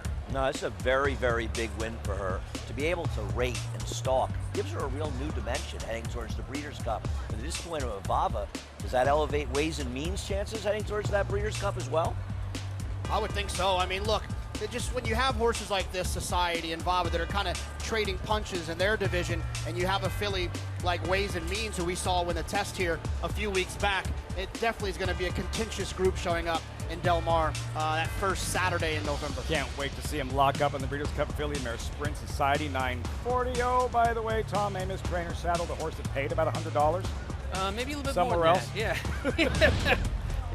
About Hey, $85 congratulations, or so. B. Did you get down? No, I didn't. I was working. What are you doing, man? We'll handle the show while you're running your horses. Really? Next to you, Andy, this is definitely work. Forego is next. Now, much like the Ballerina, this race, it's the male division featuring the best older sprinters here on the East Coast. Tom, there is no division leader, like no Usain Bolt in this year's Forego. So what does this opportunity represent for the others? Well, I think it represents the same opportunity we just saw in the Ballerina. The older girls are running, and Society stepped forward and stamped her ticket to the Breeders' Cup.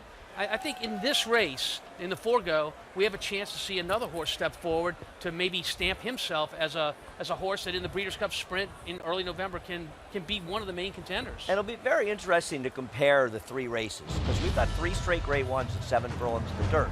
The fillies went 122. Who's going to run the fastest 7 furlongs among the older or younger horses?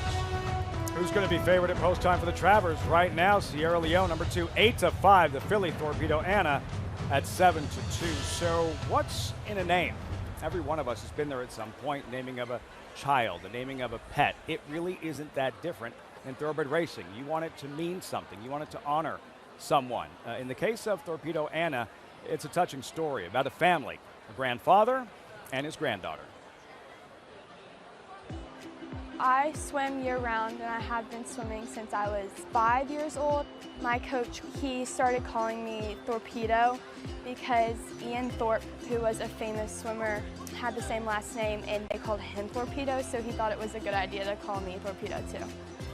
Ryan Hernandez and Torpedo Anna dominate the 150 at Kentucky Oaks. I knew Kenny was at the sale, so I called him up and said, Kenny, you got any horses that you bought today? And he said, I've got 20% of a fast Anna filly. And so I said, Anna, I can work with that. I said, I'll take her if I can name her. And he thought for all of about half a second. He said, okay. And so then I tossed it to Anna and said, you got to come up with a name. And she mulled around with it for a few weeks and said, I can't come up with anything, you name it. Her mother thought it should be Anna's Attitude. She never told me that. Yeah. I said, well, why don't we go with Torpedo Anna? I like that one better. But it's Torpedo Anna. She is simply brilliant. It's much more fun watching Anna swim. You know, I have a more vested interest in her. But it's more lucrative when Torpedo Anna wins. It's a good part of it. Yeah, it is a good part of it. I'm like pretty excited for most of the day up until about like 30 minutes before I start to get really nervous and my stomach starts to hurt, and I don't know, I just get really nervous, and I don't know why, because I always know that she's going to win, but still get nervous for it. But I'm like her, I'm always confident when she runs, but it's a horse race. I mean, you know, you don't know what's going to happen. And some other horse might step up his game that day. But yeah, it's always nervous, but confident. But it's all Torpedo Anna. The leader of the division is simply spectacular. I never expected that it would go this far. I think it's really cool, like just to be a part of it is cool, and then to watch her run and win by how much she wins by. Yeah, it's been great. Exceeded every expectation I ever had when I started doing this stuff. I wouldn't say it's a dream come true, but it doesn't suck.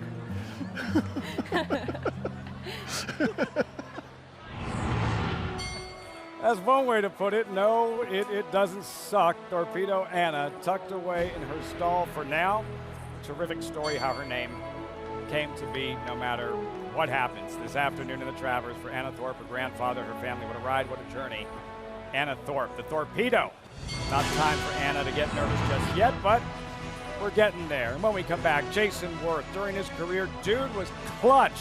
9 postseason home runs at his best when it mattered most. Same can be said for the colt he co-owns, Dorick. Back at Saratoga, what will he do in the DraftKings Travers? That's next.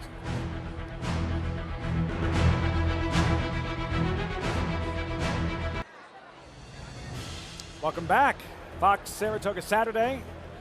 Brand new Jim Dandy bar, named after the 1930 Travers winner. He was 100-1, and he beat a Triple Crown winner.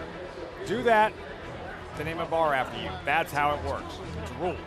Updated odds, DraftKings Travers. 3-year-olds, mile and a quarter. $1.25 million purse. And while Sierra Leone, number 2, is the favorite at 8-5, just like Jim Dandy in 1930, upsets do happen in the Travers as we welcome back Paula Duper to the broadcast. Paulie, of these 3-year-olds, which of them has the most upside to pull off an upset in the Travers? Well, I think on connections alone, Lafitte, it's corporate power. When you look at the connections, you got Shug McGahee looking for his 5th Travers, and you obviously have Javier Castellano looking for his 8th Travers. He already has the record.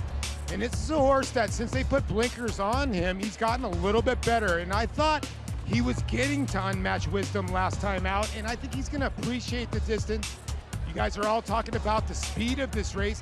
He could be the horse that could be closing late as well as Sierra Leone. So at a bit of a price, leave those connections alone at your own peril, Lafitte. Javier Castellano, his magic in 1.25 mile races here at Saratoga last Saturday. If you're watching Fox Saratoga Saturday, you watched Castellano win a 4th Alabama, right? That's at 1.25 miles. And the all-time leader in Travers wins, 7 wins in the Travers. This one, it's a little bit of a stretch for corporate power, but he does have the right jockey in the saddle and the right trainer in his corner in Shug McGahee. That's the Travers. This is the Forego top-class sprinters. We check in with Maggie with this Forego Paddock report.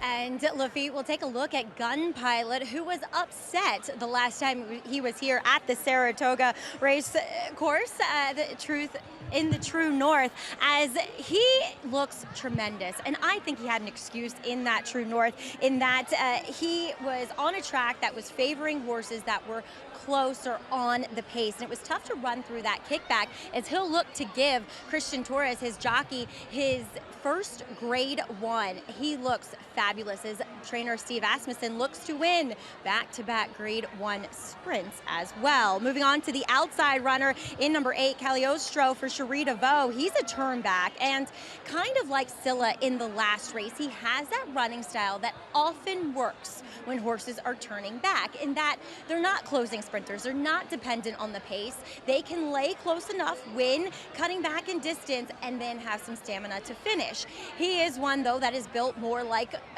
more grounds preferable, but the way that he won his last race, the Hanshin at Churchill Downs, going that 1-turn mile, I love the way he did it, too, in that he contested the pace 3 wide, easily put away the 8-5 favorite, and then held off all the closers. So signaling a horse that is just in tremendous form right now. Guys?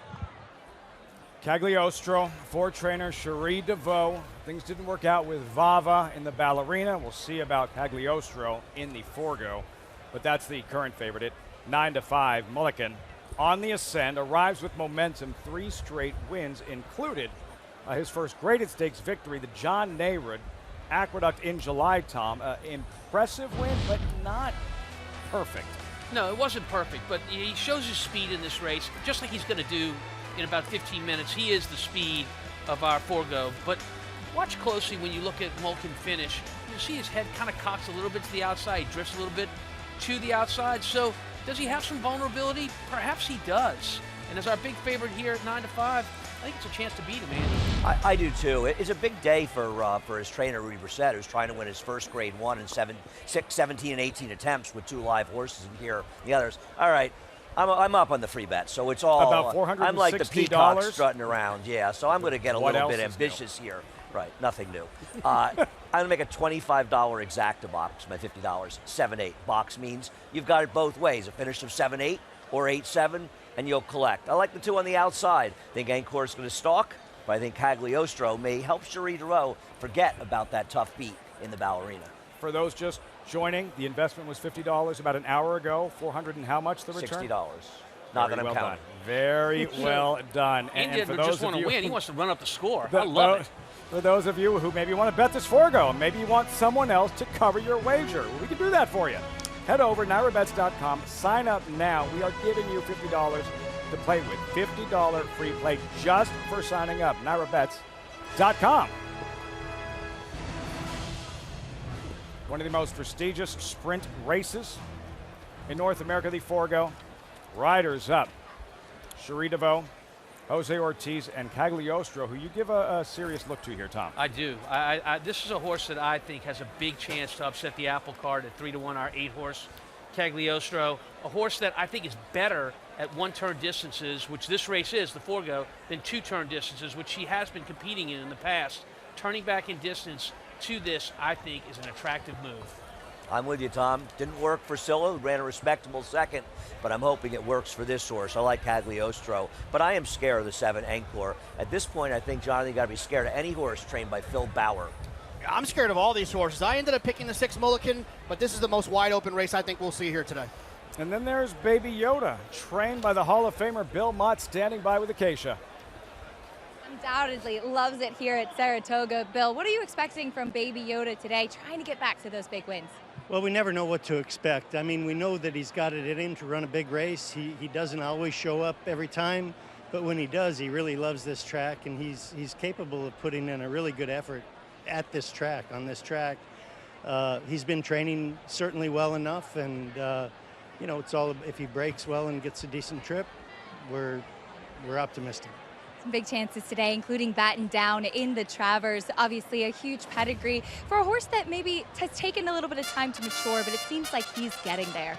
He's slowly gotten better with each step. I mean, as a 3-year-old, I mean, he finally, we broke his maiden, you know, in May, and he's gotten a little better with each trip. I mean, he won the Ohio Derby, and we were 3rd in the stake here last time in the Jim Dandy, and you know, he will definitely have to improve today if he's going to win. I mean, he's got to move forward, but he's a horse that's on a cycle that could probably do that. I think he's probably one that is capable of doing that.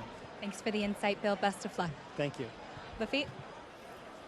So difficult to handicap. Baby Yoda, we'll see him in the post-parade. You saw Gun Pilot. There's Twisted Ride, fast, he's quick, and then number 3 in Full Screen and Outsider, 21-1 with Dylan Davis. It's been a terrific meet for Mark Cassidy, the trainer, but it will be a great meet if he can get full screen to upset this field. Baby Yoda, nothing should surprise you. Yeah, disappointed in his last, but this is a horse that loves Saratoga. 4 for 7 wins at this meet. At this track. The favorite, Mulligan and Flavian Prat. Yeah, look, the speed of the race, I think this horse is going to control early, but as we talked about, I think Mulligan has a little bit of vulnerability. Encore, Arad Ortiz, busy, riding in 12 of 14 races today. Phil Bauer has made his presence felt at Saratoga the last few years, winning at around 50% with limited starters. Cagliostro, Jose Ortiz, the brothers Ortiz will break side by side. I like what trainer Sherry DeVoe is doing here. Blinkers in his last 3 starts, has run very, very well with those blinkers, and I like the turn back in distance. Fast and furious, right from the opening bell, the sprinters in the Grade 1 Forego. And today, there's the blanket awaiting. It'll be draped over the winner's withers. And whatever happens today, hopefully none of the horses try and eat other horses. Firenze Fire, the savaging herd round the world. Can't beat them, bite them. And Yopon still won the Forego. Next on Fox, Saratoga Saturday.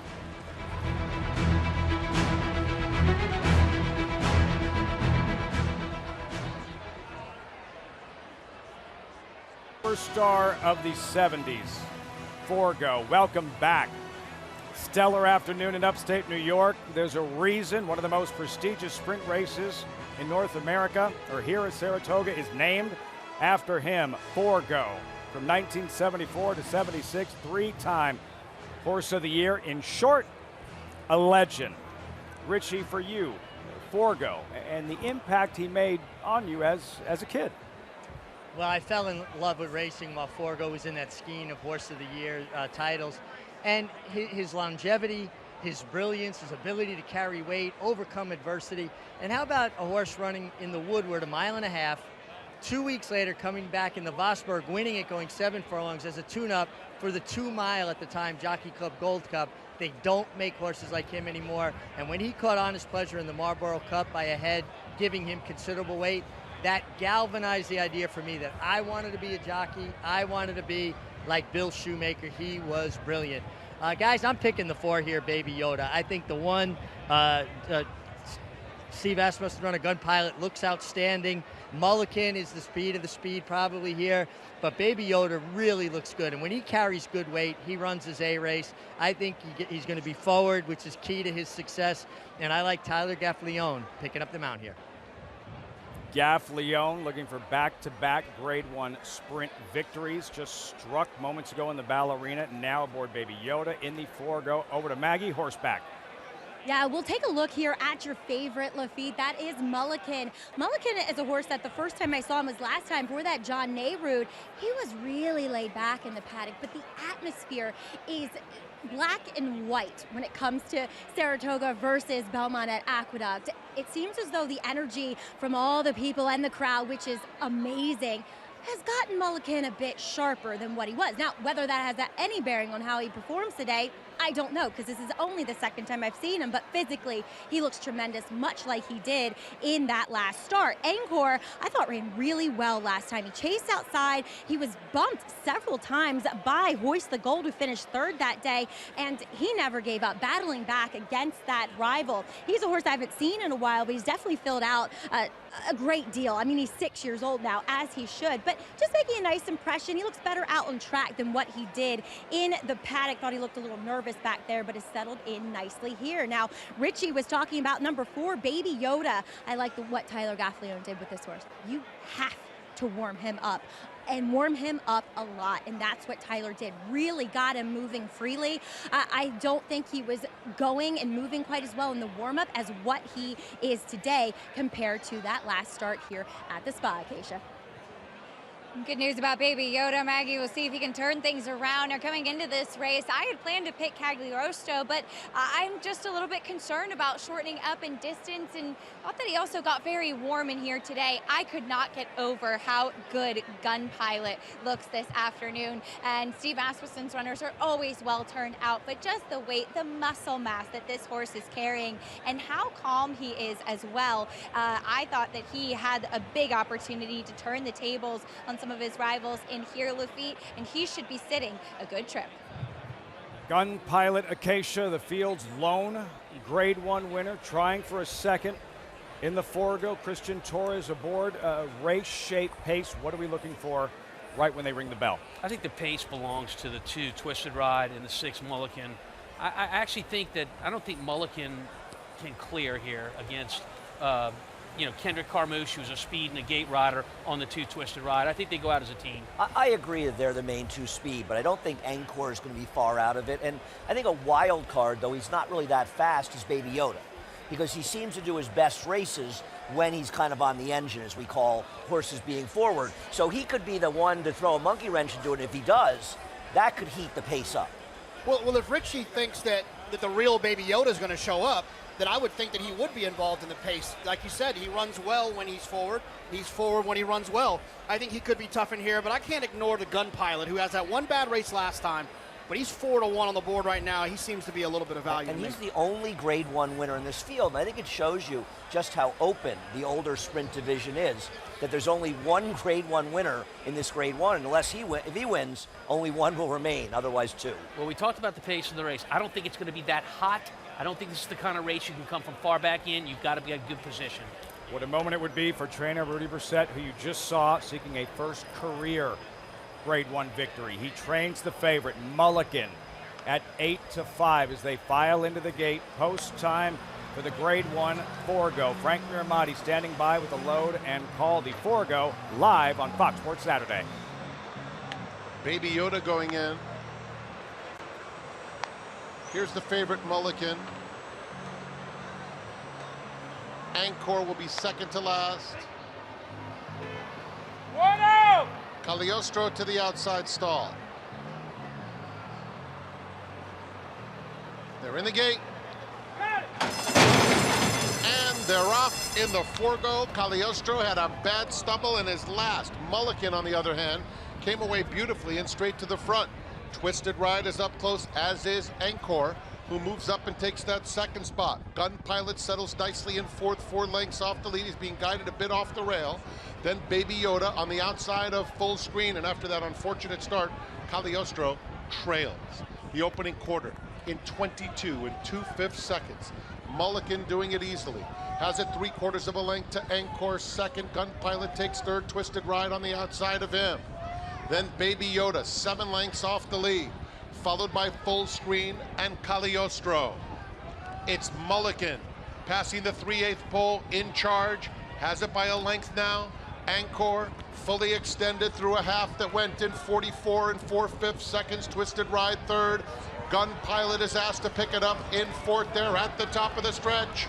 And Mulligan turns for home, full of run, 3-length lead. Gun Pilot tips out to try and get to him in second. They're in the final furlong, and Mulligan with powerful strides has built it up to 4. Gun Pilot is no match, neither are any of the others. Mulligan outclasses them in the Forego, wins it by almost 6 lengths. Gun Pilot was second, Anchor third. Cagliostro started picking it up late. Too much class, too much talent, too much speed.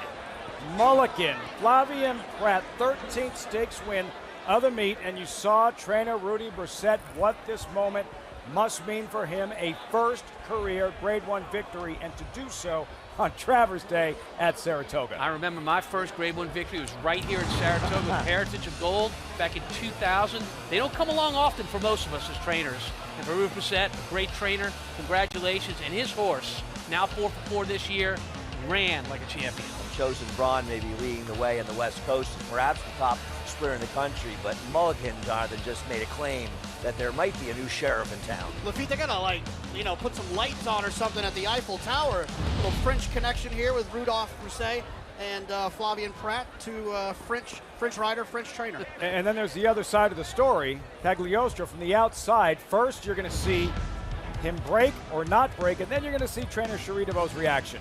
Yeah, we'll look at the outside post there. It stumbles badly there. The race is over for the 8-horse that day. Not Cherie's day today. She went in with 2 very live horses that favored the second choice. And listen, Cherie's been around a while. She understands, but it has to be very disappointing for her. All the preparation, all the time, getting ready for a massive Grade 1 event, and 2 steps out of the gate, game over. We've all been there.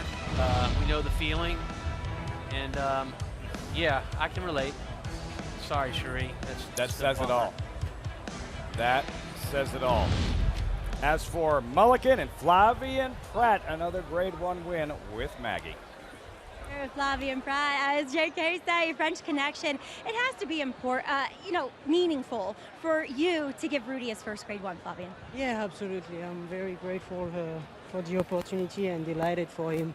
He's such a good horseman, and it's well deserved. You rode him last time in the NYRA, and he was, I don't want to say he was getting late, but he was looking for the wire. Today, he was on another level. Yeah, absolutely. Yeah, last time, he got the job done. But today he was even better, I thought. Flavian, the wins keep telling up for you. Looking forward to the DraftKings Travers aboard Sierra Leone. It looks like the race plays out well for you. Hopefully. We'll see. Sometimes we think I'll go one way and it goes the opposite. But, hopefully we can get a good setup and he can run his race and we'll go from there. Congratulations here, Flavian. I love you. What a summer, Maggie. Flavian Prat, race a Grade 1, Tom, highest designation in thoroughbred racing, the elite, the best of the best. That is his 4th Grade 1 victory this summer. The Diana, the Test, yesterday the personal ensign, and now this victory with Mulligan in the Forego. Just amazing. He's 2 behind the record, and the Grade 1s are like maybe less than 1% of all the races we run in the United States, or what we call classified as Grade 1s. Amazing accomplishment. Clutch to Acacia. And a first Grade 1 for trainer Rudy Brissett, but I'm sure not the last one. What a performance from Mulligan today. He's really taken a step forward. Yeah, well, like we said, he matured very well from 3 to 4, and then obviously we always get a long shoes at the gate because we know he's got a small weakness there, but today was very good. He broke clean, and then from there, he took it all the way around. I know you said, though, only half of the job is done as you still have world record coming up in the Jerkins. I saw that you laughed when he drew the rail again. Yeah. Last time I freaked out. This time I laugh. But, it's only half the job. I'm going to enjoy this one later, but one more. We love to see it. Congratulations. Thank you. Lafitte? A moment he'll never forget, and here's what it's all about. Rudy Brissett, his reaction to Mulligan crossing the wire and earning that first career Grade 1 victory. Over to Richie. Yeah, guys, when Mulligan, who is just so fast, was able to make the lead so comfortably, you saw Flavian didn't have to use him at all, 22-2 for this level of horse. He was going sweetly down the backstretch, token pressure from the outside from Anchor, and he just ran them off their feet. And it's going to be interesting, I believe, to see the next race, the Allen Jerkins. They went 7/8 and 121.75. It'll be interesting to see how fast the 3-year-olds go against that mark, because I think it's a very strong, deep group of 3-year-olds. But this was a beautiful performance from Mulligan. A better gauge, Andy. 3 straight Grade 1 races, all at the same distance. It's an unusual circumstance in racing, all at 7 furlongs here. The fillies went 122 flat. This performance, a massive win, only a quarter of a second faster, 121.75. I predict, and I think Ritchie's hinting at it, that the 3-year-old colts in the next race will go faster the final time, the 121.75. Anybody else? Well, look, I mean, 7/8 of a mile, 7 furlongs, as you said. I mean, those are very, very good times. This 3-year-old race, there's a lot of horses in these 3-year-old race that maybe could have been competitive in the Forego against the older boys. You said it well. A new sheriff in town in the sprint division, Mulligan. Wow. In the Forego. The Travers still ahead. There's the morning line. Travers favorite, Dorick, not the current favorite. Belmont Stakes winner, Haskell winner. Should he capture the DraftKings Travers, he would join very exclusive company. Point Given, 2001, the only horse in history to win all 3, the Belmont, Haskell, and Travers. Point Given, trained by Bob Baffert, Hall of Famer. He's trained a pair of Triple Crown winners, and now Baffert, his career truly complete.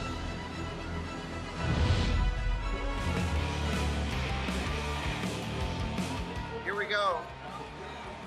I've always wanted to do this all my life. I said, if I can do this, ride with Jonathan, then I know I've made it in this business. That's when you know you've made it.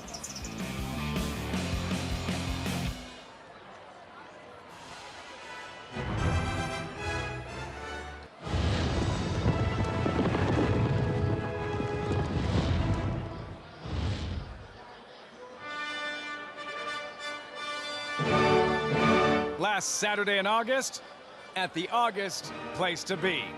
Saratoga Racecourse in Saratoga Springs, New York. This massive summer bash continues, and the main event still ahead, the DraftKings Travers. One for the history books, 109 years. That's how long it's been since the fillies won this race. Enter Torpedo Anna, top-ranked 3-year-old filly in the nation. Very soon, her run for history. And should she win, one of the biggest events in the sport of kings would belong to a princess.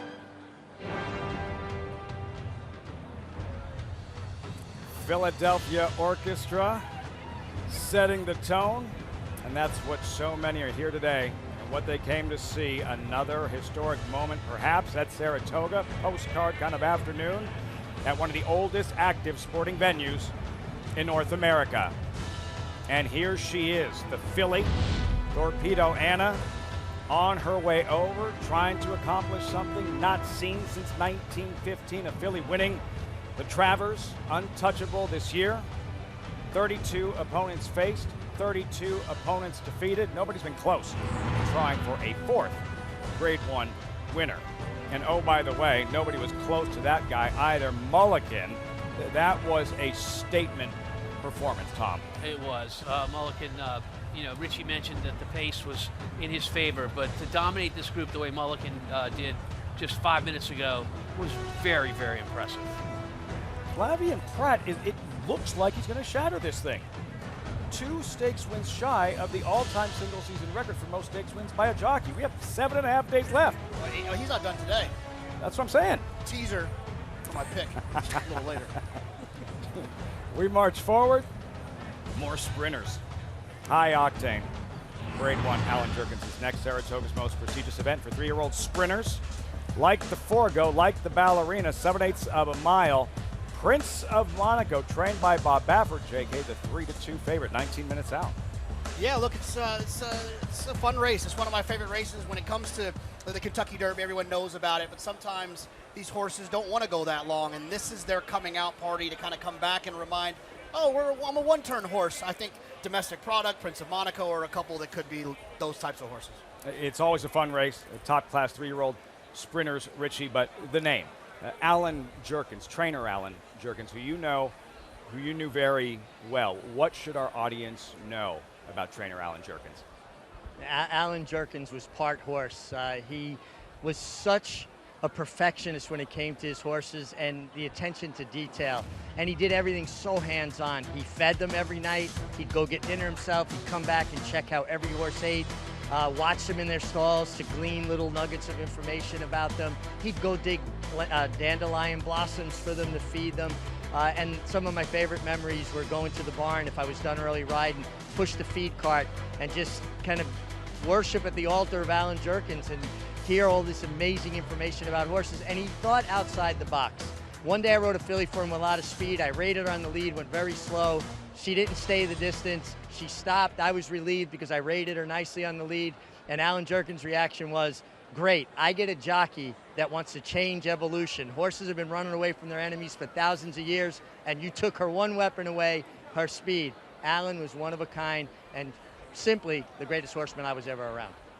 He didn't love this nickname, but he was known as the Giant Killer, Richie, engineering some of the biggest upsets in the history of the sport, including a defeat of Secretariat by a horse he trained, Onion, back in the 70s. Speaking of upsets at Saratoga, 2015, the Travers. Triple Crown winner American Pharoah upset in the Travers. He had just become the first Triple Crown winner in 37 years. 50,000 here at the spa. They were calling Saratoga Faratoga, and naturally his trainer was here, Bob Baffert. Great trainer, great hair. And this week's guest on Cart Talk with JK.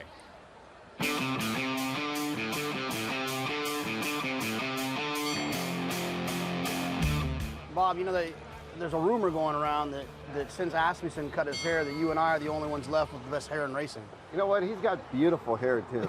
I mean, that guy's got thick. He looked like the dude. Well, Bob, you had another one inducted into the Hall of Fame. Is it an exciting moment for you when these things happen? It is. You know, you're proud of them because they're like your children. You know, you spend a lot of time with them. And it brings back the memories of when you went through it all. I'll never forget. I'm in the paddock. It's raining, Kentucky Derby. So all of a sudden they're coming in from far away, and I see this chestnut come in with a white face, and he's just this massive horse. And I'm thinking, oh man, that good magic. God, he looks good. Man, he looks tough.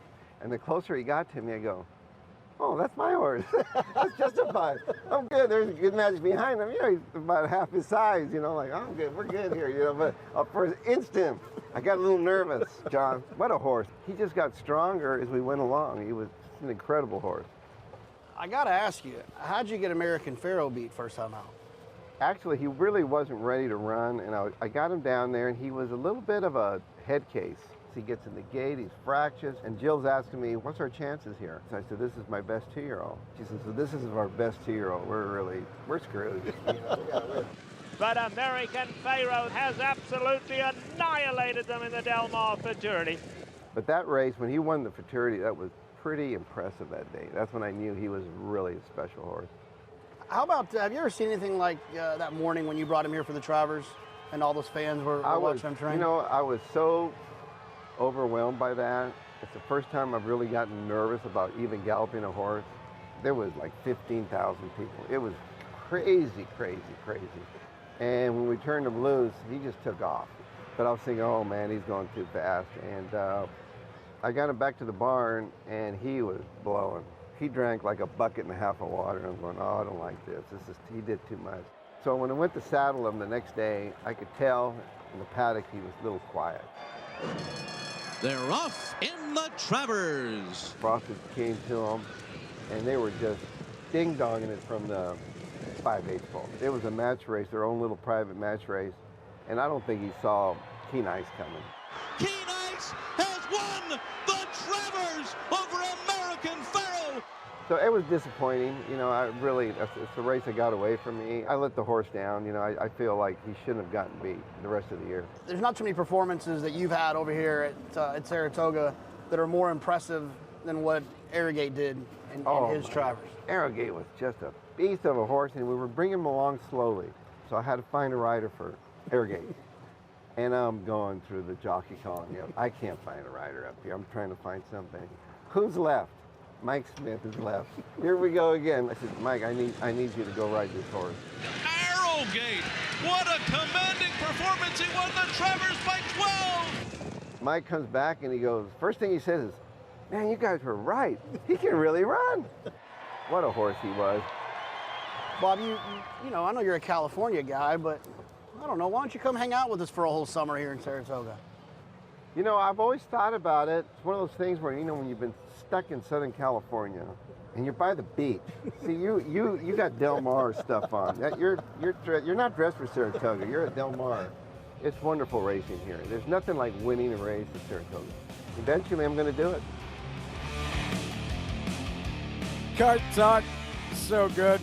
Brought to you by Gainesway Power, Passion, Performance. JK, Bob Baffert at Saratoga for a summer. That sounded like a tentative yes to me. He said he was going to do it. We're going to hold it to him. We got video evidence now that he said he's going to come spend some time. It'd be a ton of fun. And he said it right. And I've never done it, but I can agree that there's nothing like winning a race here at Saratoga. He thought Justify was good magic. I think he was giving you a hard no about coming to Saratoga, by the way. I don't know. And he called you John, which, by the way, if you see JK in the streets of Saratoga, hi, John. He loves nothing more. As for Bob Baffert's crack sprinter, Prince of Monaco, look at that Paddock. He didn't get off to the best of starts, Prince of Monaco, and still a solid effort to run second to Bookham Dano. Very good finish. Coming off a long layup. I'm not going to argue that. But I'll tell you something. Bookham Dano was very close to just one of the fastest paces you'll ever see, and he still was able to hold him off. So I don't really think Prince of Monaco ran a better race than Bookham Dano. Are you saying it's like a blessing in disguise that he didn't break? At the gate, he stumbled. His start was not nearly as bad as people are making it out to. It's like me giving you a 10-yard head start and a 100-yard dash. It's not fair. I'd beat you if I gave you a 10-yard head start, and I'm old. You're looking at Bookham Dano. Wow, I'm looking at the Prince of Monaco. 8-5. Bookham Dano, Maggie, 7-2. I thought Bookham Dano was considered the top-ranked 3-year-old sprinter in the nation. I know, right? Is he about to get dethroned here? Bookham Dano is a horse after my own heart. Modest pedigree, but shows up every time for not the Bob Bafferts of the world. He is trained by Derek Ryan, owned by a small syndicate from Jersey. He's that blue-collar horse that I've got to say, this is the first time I've actually been up close and personal with him in the paddock and in several starts. He has really grown, and he's just gotten so much more athletic. You know, he was a bigger 2-year-old, but he was very soft around the edges. Now he's all racehorse, and he's so settled. And I know that he is undefeated at 6 furlongs. And I'm saying that because he was all out to run down little knee last time out in that Jersey Shore. But he's also 2 for 2 at 7/8. And for me, the way he's put together physically, 7/8 is ideal. And last time we saw him winning here in the Grade 1 Woody Stevens, it was a wicked fast pace where he was the first one to make the move, and he was the last man standing, holding off all late closers as well. Number 6, Timberlake, he's another one that is one of my horse crushes. I thought it was incredibly odd that they entered him in the Haskell for his first start off the bench because they took him off the Derby Trail reportedly because they wanted to cut him back in distance. But I also wonder, is this the master plan of Brad Cox? Because you can't get any more fit from workouts than what you can in a race. And building in that stamina, going that 1.125 miles last time, should have him really fit to turn back to the 7 furlongs. And a horse that I think is sharp, but he's also happy. He's ready to go here. And I like this cut back to the 7/8 for him today, Lafitte. It's worked several times over the years, Maggie, the cutback in distance for this Grade 1 Allen Jerkins. And JK, for you, a double for your $50 free bet. How are we handling this? Well, unfortunately, Andy hit his wager for like 460. I don't think I'm going to quite get you there, but I'm going to try to get you some spending money here. I'm going to play a $25 double with domestic product and with Prince of Monaco into my top choice. I teased it a little bit earlier, Sierra Leone and the Travers. Can I touch a little bit on that, what Maggie was talking about with Timberlake, the 1.125 mile race in the Haskell coming to the Allen Jerkins? Well, In 2017 or 16, I think, a horse named Practical Joke ran the Haskell, and he was a tough beat in second, I believe, that day to Gervin. He came back and he won the Allen Jerkins in his next start using that turn back to cut back from a route to a sprint. And Timberlake has proven at this one-turn distance. His trainer, Brad Cox, said cutting him back to one turn is what he wants. As for Bookham Dano, New Jersey story through and through. We check in with Acacia. Indeed it is, as I'm very pleased to be joined by Jay Brisione from Atlantic 6 Racing. Can you put into words a little bit, as we'll take one little step out of Bookham Dano's way, can you put into words? Been something, right, if he kicked me over the can over there. But we certainly don't want that. What has this journey been like for you all?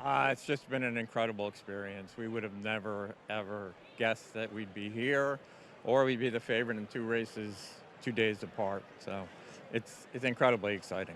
We have to pinch ourselves every time we come to Saratoga, kind of. Seeing your team celebrate the Woody Stevens was absolutely incredible. And now looking for another Grade 1. This horse just seems incredibly durable. He's, knock on wood, we've tried to take care of him. He's, stayed very fit, very sound. We've given him time off when he's, when it appears that he needed it after the Saudi race, and he came back.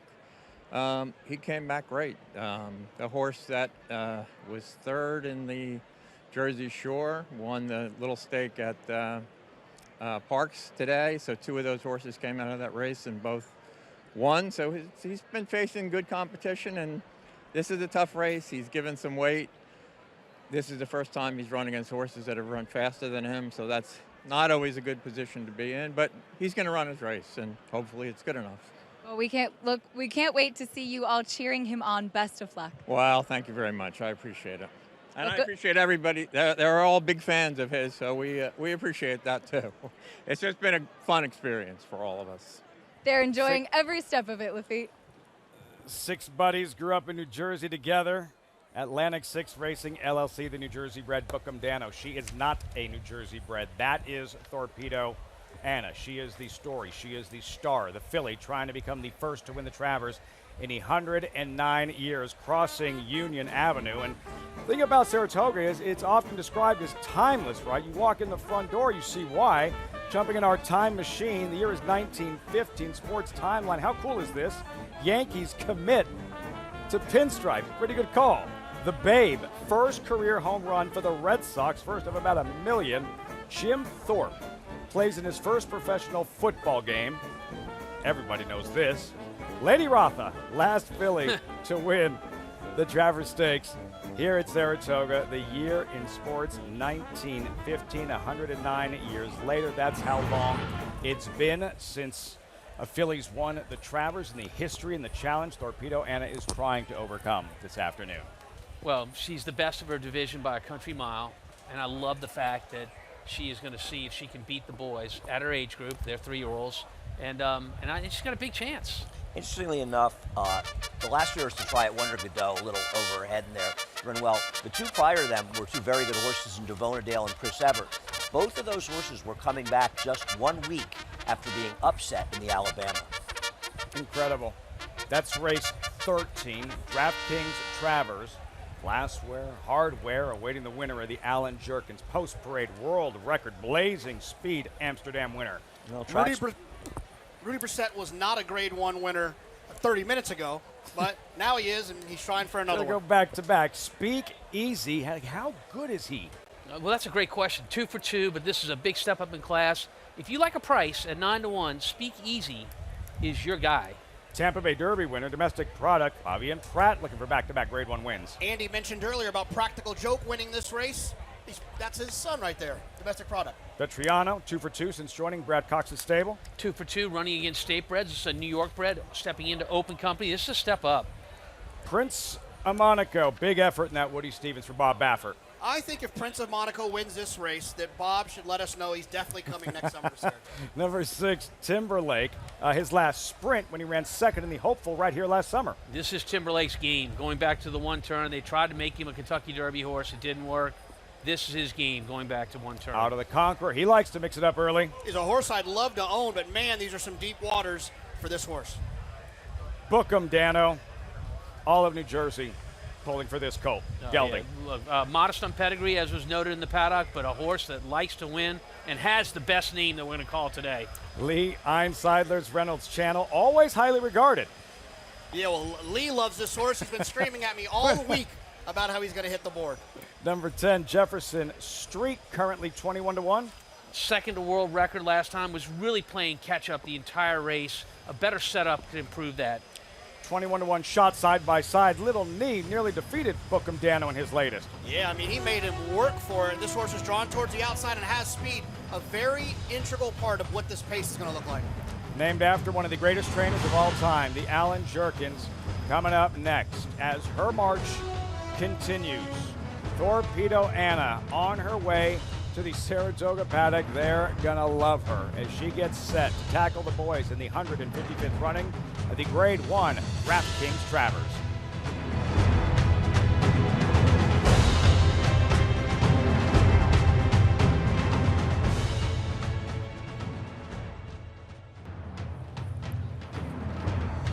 Welcome back. Fox Saratoga Saturday. Convenient, right across the street. National Museum of Racing and Hall of Fame. Induction a couple of weeks ago for the 2024 class. Congrats to all. A minute out to the Allen Jerkins. Over to Richie. I think this is a tremendous addition of the Allen Jerkins, and world record from the inside. Has to use his speed. I think he's committed from that post, and I think there's a lot of speed sign on here. So I think it's going to be a tough road for him to hoe. Bookham Dano's better posted than when he won the Woody Stevens. And then my pick is Timberlake. I love the turn back for him. And Brad Cox was quoted as saying, when did he know he was going to turn him back in distance? He said at the 8th pole in the Haskell defeat.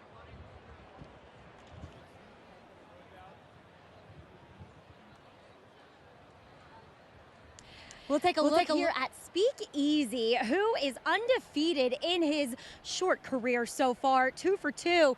Here he's number 2, and I've never seen him before. I'm relying on Acacia's notes, so thank you, Acacia. She did say off the layoff he was a little hot in the paddock last time out. Today, that is not the case. He's actually very settled here out on the racetrack, so I appreciate that. He did get a little hot, up between his legs, but I'm not too worried about that. It is a warmer day. Pay attention to how he behaves with his head during the run of the race. He is a very light mouth, doesn't like anything hitting him in the face, so kickback with that inside draw could be a problem for him. Another horse that just really has impressed me throughout these prelims is number 10, Jefferson Street. I know he was second to world record last time out, but he has done everything right, and I almost think with his more laid-back disposition, guys, he's better going this 7/8 distance. Acacia, thank you for those notes.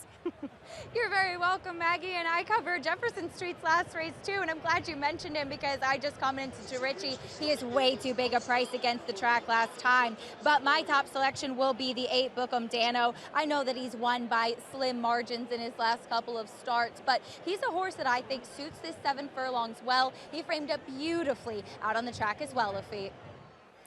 Bookham Dano, 7-2.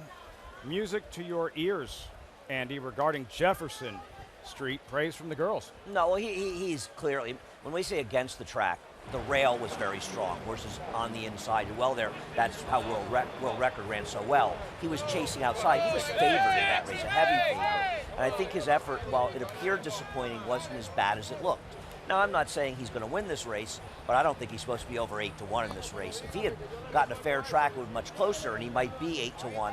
So he's an overlay at 19-1. While I like domestic product, I couldn't resist a little of that 19-1 on Jefferson Street. Don't blame you. Final thoughts, gentlemen, as they file in.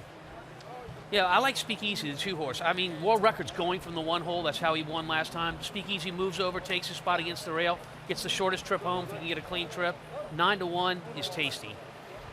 I'm interested in that final time, like Andy talked about. The fillies, the colt, the older horses just went 1:21.75. So let's see how these horses run. Chad Brown looking on. Could be a very productive hour here. Domestic product, and later unmatched wisdom. Sierra Leone and the DraftKings Travers. The reason this massive crowd is here at Saratoga. Frank Miramati with the call. Post time for the Grade 1. Allen Jerkins live on Fox Saratoga Saturday. Little Knee, the last one, goes in. All set. They're off in the Allen Jerkins Memorial. Jefferson Street came out well. Little Knee has hustled hard on the outside, but here comes World Record. And World Record, flashing that natural blazing speed, takes over. Vetriana is now in second, and it's two more back to Otto the Conqueror. They are moving right along. Prince of Monaco is well spotted, fourth, 7 lengths off the lead, followed by Speak Easy. Little Knee, who broke well, is now dropping back. Timberlake with the green cap, joined between rivals by Domestic Product. Then Bookham Dano has a dozen lengths to make up. At the back of the field, Reynolds Channel and Jefferson Street. 22 seconds flat for World Record, who goes past the 3/8 pole, leading by a length and a half. Vetriano is still racing in second. Prince of Monaco side by side with Otto the Conqueror, third and fourth, then Domestic Product and Timberlake 44-1. Can World Record keep going? He turns for home with the lead by 2. Timberlake is trying his best, and in the center of the track here comes Domestic Product as Prince of Monaco takes the lead. It's Prince of Monaco. Domestic Product is bearing down on him, and Bookham Dano has surfaced. 16th pole, Prince of Monaco, Domestic Product, and Flavian Prat just in front. Domestic Product has defeated Prince of Monaco. Bookham Dano was third. Timberlake finished fourth. Jubilant Chad Brown, fired up Flavian Prat, Domestic Product in a thrilling Allen Jerkins at Saratoga. He didn't even break. If you watch the start of this race, he broke about a half length slow, and Flavian Prat got him into the race as much as he could. This was a tremendous performance and a tremendous horse race among 3 very good horses and the fastest of the 3 races today. You watch the break here, and you're going to see World Record from the inside the one hole. You can see the rider's hands moving on that one horse. That's a command to say go, and they did go. They went really, really fast. Even if you don't know times in thoroughbred racing, the more spread out you see a field, the faster that race is going. This is about as spread out a sprint race as you're ever going to see in your life. They are going very, very quick, and it's the one who saves his run for last. Domestic Product on the outside that's going to get the job done for us. Now I know why you love this race, JK. It's my favorite race, and here's the thing.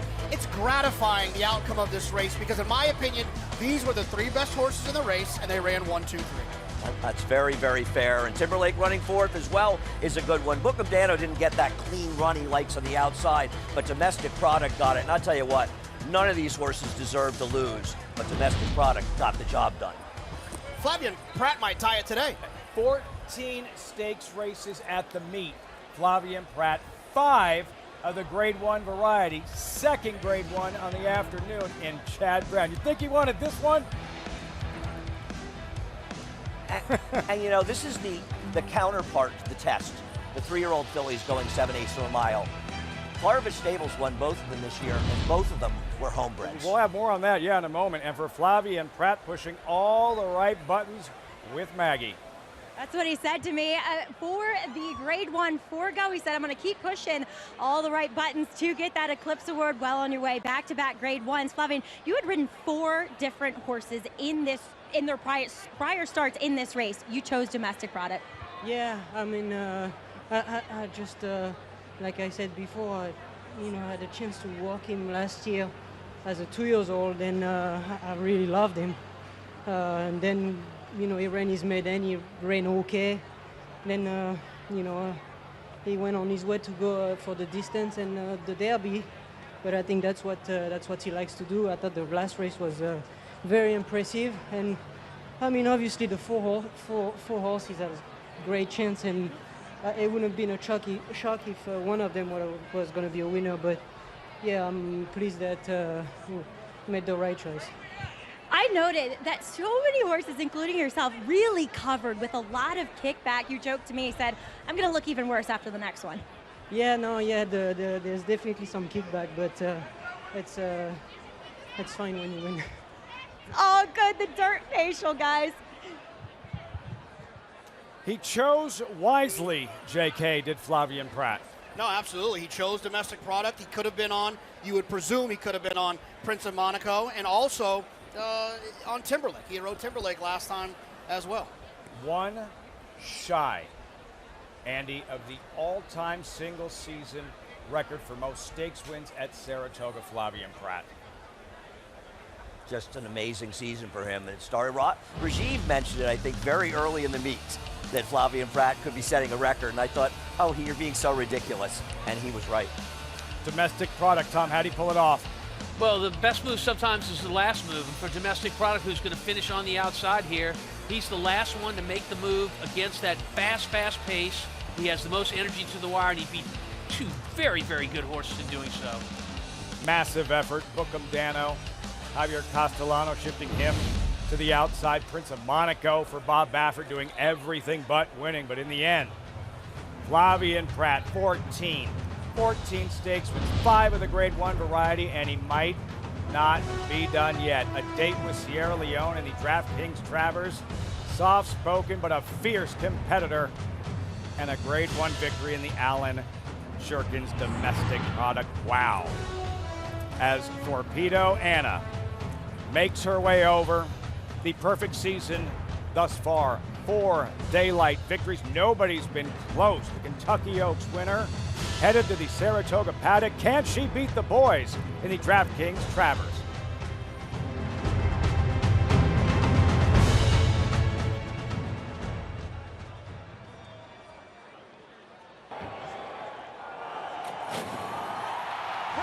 Riches and Cullen. It's going to be very close, and it's going to be a filly in the velvet. Here's the wire.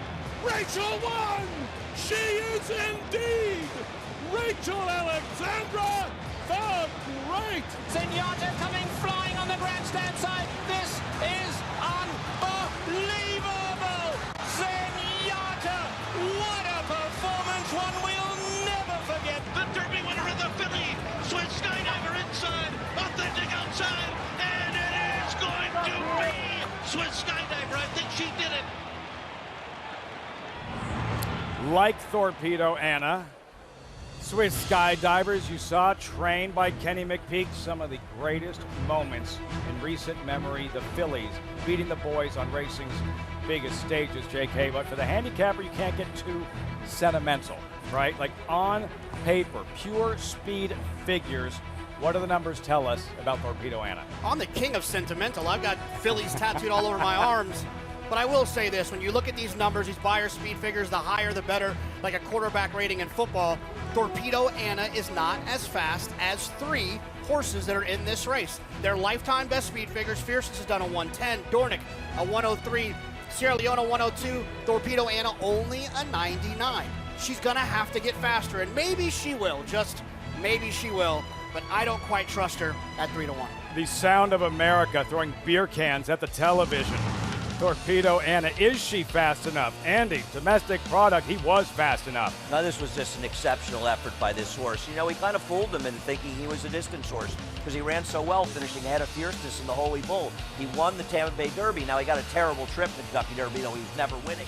But as it turns out, he's better at the shorter distances, the one-turn distances, when he can get a faster pace to close into. Those colors, Seth Klarman, breeding the winner of the test, Ways and Means. The homebred Domestic Product. Andy, why does that, Tom, why does that mean so much more? Oh my goodness, when you breed one, when you put that mating together and you watch that foal become a mature racehorse, and then, you know, the satisfaction of watching that horse hit the winner's circle at any level is fabulous. You race the dam, you race the sire, and then you see the foal come to fruition and win a big race like that. Doesn't get any better than that. Doesn't get any better than this.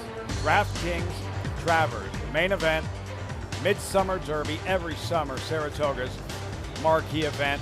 8 strong, Sierra Leone, the 8-5 favorite. Andy, it's an old racing action that pace makes the race. So how does pace make this Travers? I think it has to be an honest pace in here. You know one thing for sure, Dornick is going. Dornick is a fighter, and he has to be in front. So he's going to go, or at least be on the pace. I believe the filly has to go from the rail. As Tom pointed out, the draw has forced her hand to be aggressive. She only broke badly last time when she left the start. Fierceness will be pressing the outside. I think the wild card is batting down. He's going to be close too. And I think right behind them will be Unmatched Wisdom. But I think this pace has to be fast. And a big reason why Sierra Leone, along with his talent, is the favorite with 25 minutes to post. What does he have to do for the respect? Dornick, who was the morning line favorite, 9-2 now. All he does is fight. All he does is win. The Belmont Stakes winner on this track, the Haskell winner, and co-owned by a World Series champ. Hit 9 postseason home runs. Jayson Werth, former teammate Paul LaDuca. That story's next. You're watching Fox. Saratoga Saturday, Travers Day at the Spa.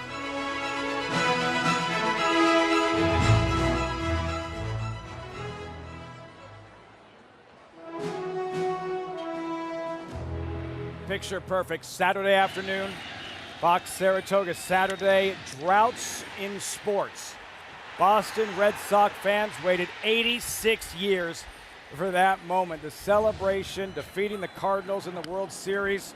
Chicago Cubs fans, 108 years for that moment. World Series victory over Cleveland. What a moment for the players, the fans, the city of Chicago, and for what's about to take place. 109 years since a Philly has won the Travers. Lady Rotha back in 1915. Is it her day? Torpedo Anna, will she beat the boys and take down this 155th running of the DraftKings Travers? Not if Dornick has anything to say about it. Currently 5-2. Co-owned by Jayson Werth. Paul, you spent time with Werth in the major leagues and spent time with him recently. Yeah, I haven't played with them and against them in the major leagues. I mean, we both had a bunch of diversity in our careers, and he was a guy that really did persevere, and he became a Major League Baseball champion, to be honest. And you know what? He's taken his level to the next level by now it seems like the same Colt that he has taken him to the top of the sport of kings.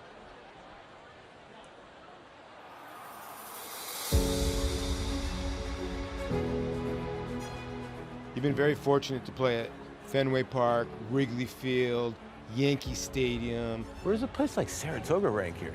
There's nothing like this place. I mean, it's a one of a kind. It's such a throwback. The city, the town, you know, the track. Obviously, it's the oldest venue in sports. Yesterday, when I got to the track, I pulled up to the valet, and it was like open the car door, and I took a few steps, and I'm like, I'm home. So now this is. In a short period of time, it's becoming like a really special place for us. Who got you involved? I started playing golf when I retired, and met this guy, Rich Averill, that has done horses for like 25 years. Kind of showed me the ropes, got me into it, and then kind of started, cutting my teeth, doing my own thing. And it's been a really, cool journey. I've learned a lot in a short period of time. The Philadelphia Phillies are world champions. To be at the top of the sport, this is almost the same as winning a World Series. That's kind of crazy. It is at a super high level, and I would compare it to the emotions you feel, at the top of any professional sport. When you retire, you miss that. You don't really have it. When you compete at this level, you get that sense of competition, and it's real. This sport is amazing. I say this all the time. You can be facing Billy Wagner in the ninth and be less nervous with the bases loaded than when your horse runs. No problem. Because you have control. Yeah. Am I right? Yeah. The bigger the game and the bigger the situation, the calmer I was. So those World Series games and those big at bats, whatever, the bats off the closer in the ninth, no problem. I got this. I believe in myself. This is the total opposite. Kentucky Derby, when they're going in the gate, I was literally hyperventilating. Coming out of the Derby, extreme disappointment. I mean, probably the biggest gut-wrenching defeat of my life, and I've had some big ones. But like all the hope, like you think this guy's so great, and you have this chance in front of you. By the time they passed us, down the front straightaway when they left the gate, it was like, it's over. I watched the gallop out. Louis gets off or whatever, so I ran down to the tunnel, and he tells me, he didn't have a chance, he didn't have a spot, there's nowhere to go. He looked at me, he's like, we're gonna win the Belmont. And like, dude, I cried the whole way back to the suite we were in. There's just so much, highs and lows. It's insane, but it's so much fun.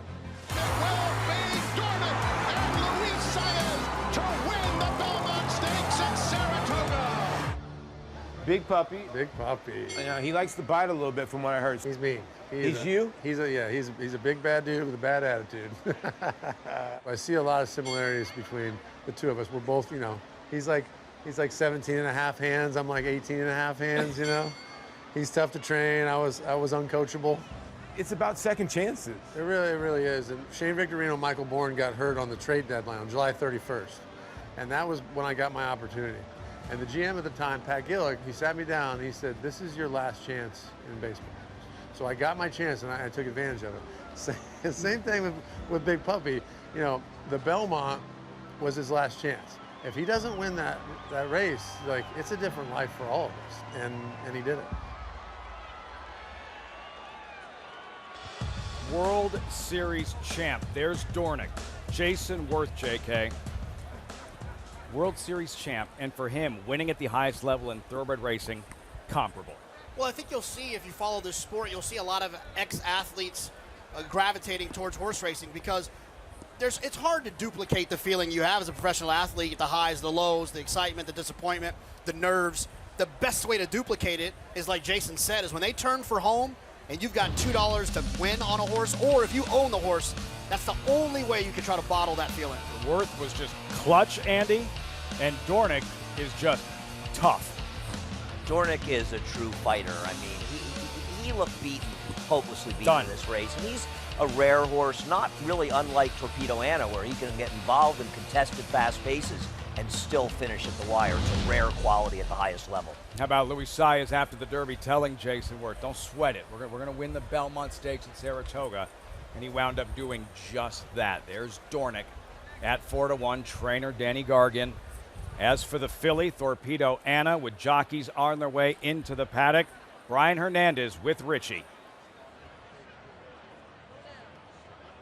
Okay. Yeah, Brian, Torpedo Anna post one today. You had a lot of time in the room to think about this race. How difficult is it waiting to get the opportunity to ride? It's just one of those things, when you do this every day in and out, it's you just prepare yourself as best you can, and I watched all the replays again today and just kind of tried to envision the best trip we can in the spot from the one hole like we have. So we just have to go out there and try to give her the best trip I can.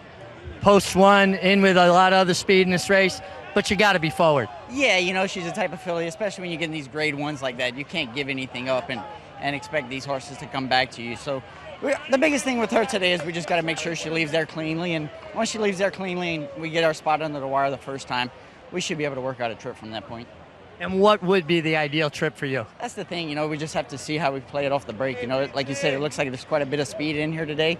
But at the same time, we can't take away our filly's natural ability and expect these horses to come back to us. So we just kind of have to go out there and give her her trip and not worry about what everybody else is doing. Thanks for taking time. Best of luck. Thank you, Rich. Guys. Let her do what she does in moments. A leg up aboard the best filly he's ever ridden, Brian Hernandez and Torpedo Anna. We check in with Acacia. Very pleased to be joined by Johnny Avello of DraftKings, as this is the DraftKings Travers. Johnny, tell us a little bit about how this partnership came to be. Well, we sponsored a race early last year to Jim Dandy, and it was rainy that day, by the way, and we said, we got to do more than a Jim Dandy. We have to progress the races. We want to be on the top in Saratoga. We want to do the best race. And so this year, earlier in the year, we did the Acorn, and here we are sponsoring the DraftKings Travers, which I've attended 18 times and never thought that I'd work for a company that was sponsoring the race. And looking great in your pink, a wonderful field assembly and some great opportunities for people looking to get involved as well. Yeah, we're wearing pink. Certainly we can't support a horse, but, we're all dressed in pink to hope that Anna can run a good one, and we're all behind her. We certainly look forward to it. Thanks for your time and for the support. Thank you much. Maggie, how are they looking in the paddock?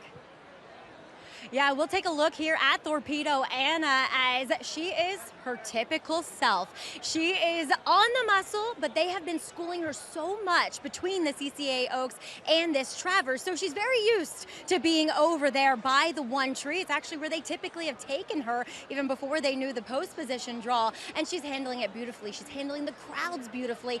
And as trainer Kenny McPeak has often said, once she gets the rider on, once she gets out on the track, she actually settles down even more. And I just feel like with racing this year, she takes each of these starts in stride. Number 7 is Dornick, and he is one that I obviously didn't see him for the Haskell, but going back to the Belmont, he was actually pretty sharp and on the muscle, had a little bit of a skin thing going on, but looks tremendous today in his coat and even more defined than what I saw from him back in June. He's a lot more quiet. I would hope that Luis Saez really wakes him up out on the racetrack, because when he does that, it seems to be when Dorick delivers his best efforts, Lafitte. A very settled Dorick.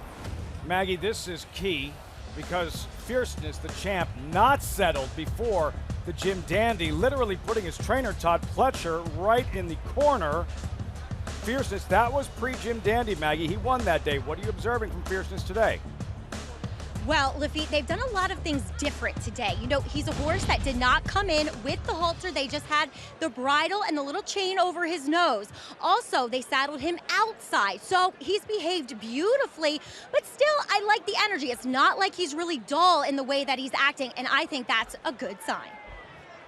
The champ, Fierceness, statement race in the Travers, post time in 11 minutes to Frank Miramati. Ladies and gentlemen, joining us from the Saratoga paddock is horse owner and chef Bobby Flay for a ceremonial call of riders up for today's DraftKings Travers Stakes. Hey everybody, I'm Bobby Flay. Welcome to the two most exciting minutes of the summer. This is the 155th Travers Stakes right here at spectacular Saratoga Racecourse. Let's get this party started. Trainers, put your riders up!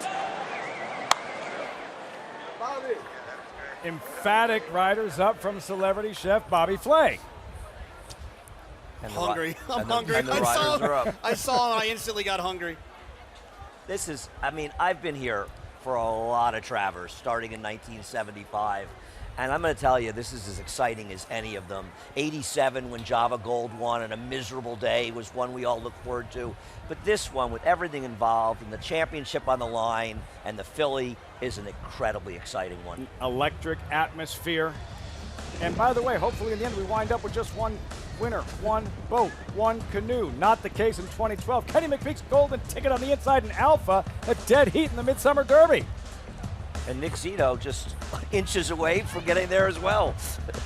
They didn't need a bigger boat, they needed a second boat. To Acacia. Kenny McPeek has certainly been here before and won big races with fillies as well. Kenny, what has Torpedo Anna shown you to give you the confidence to run her against the boys today? Well, she may have gotten better over the course of the summer here. She's really happy here in Saratoga. She likes her early routine on the Oklahoma side racetrack, and you know, we kind of feel like it's her home course at this point, so we're all real excited. Seeing a lot of pink around the track today, you encouraged everybody to come out support her. You see the chance of girl power. How meaningful is that to see how excited the crowd is about her?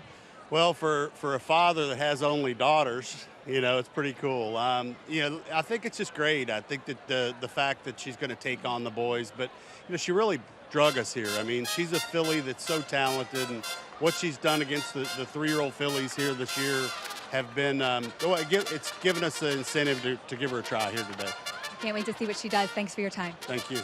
Kenny McPeek said before the Oaks Lafitte, they better bring a bear because I've got a grizzly. A grizzly bear. And win, lose, or draw, the colors of the owners in this marquee event at Saratoga. Important to acknowledge how significant and good for the sport that she is here in the Travers. And there is the grizzly bear, Torpedo Anna. The break is key. Will she be part of a heated battle? The break will tell us. The favorite, the star-crossed closer, Sierra Leone, number 2 at 8-5. Flavian Prat looking for a third Grade 1 win in the afternoon. That's definitely not Sierra Leone. You'll see him in a moment. Another look at Torpedo Anna. There's the favorite. This horse was an inch away, literally an inch away from winning the Kentucky Derby. I think he gets his 1.25 mile Grade 1 win here today.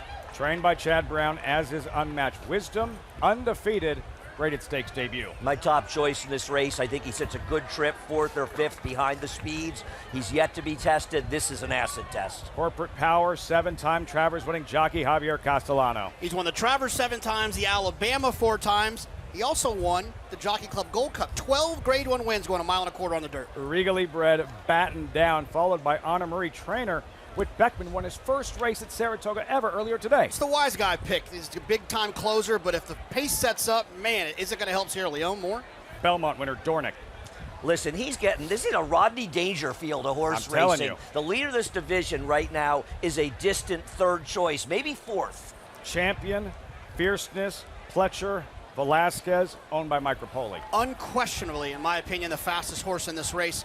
But, like you said, he shows up sometimes he doesn't. Todd Pletcher said he needs time before races. He didn't get as much time as I thought he would. So much on the line. 6 minutes out. Grade 1 DraftKings Travers, and a friendly reminder, because you still have time, our offer, in case you missed it, maybe just tuning in, right? The good people at NYRA Bets are giving you $50 to play with. $50. It's simple. Go to NYRABets.com.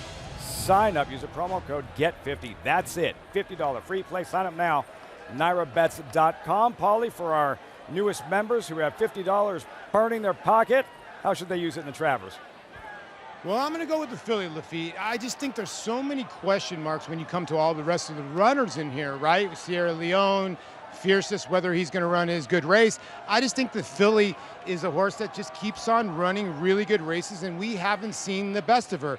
I think a lot of people are making too much of the draw, considering Brian Hernandez's idol was Calvin Burrell. He's going to be on the rail throughout most of this trip. $50 to win on Torpedo Anna, Lafitte. All in on the filly, trying to take down this DraftKings Travers. Warm-up continues. Torpedo Anna, 3-1. Brian Hernandez for Kenny McPeak, who will hoist the hardware. Man of War Cup. And for the garland, the blanket, to be donned over the winners, withers of this 155th running of the DraftKings Travers in 5 minutes.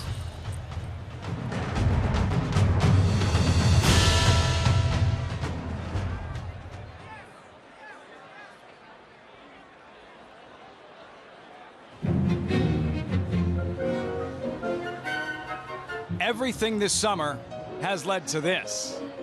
5 weeks ago, on a sun-splashed Saturday at Saratoga, she did it again. Torpedo Anna is simply spectacular in the Coaching Club American Oaks. Another effortless win against the best 3-year-old fillies in the sport.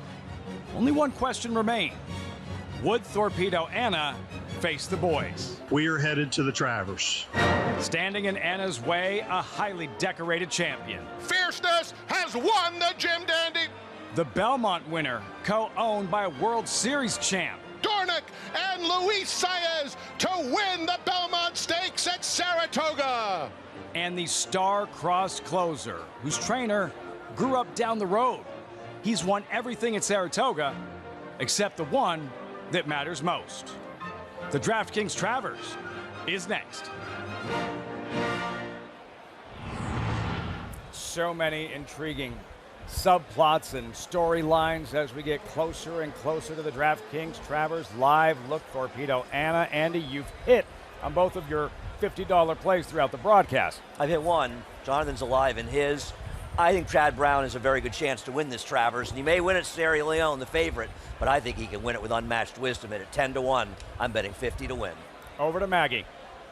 Well, Andy, it looks as though you've picked a good one, because Unmatched Wisdom moving beautifully out here and got a nice solo warm-up as well with Rod Ortiz Jr.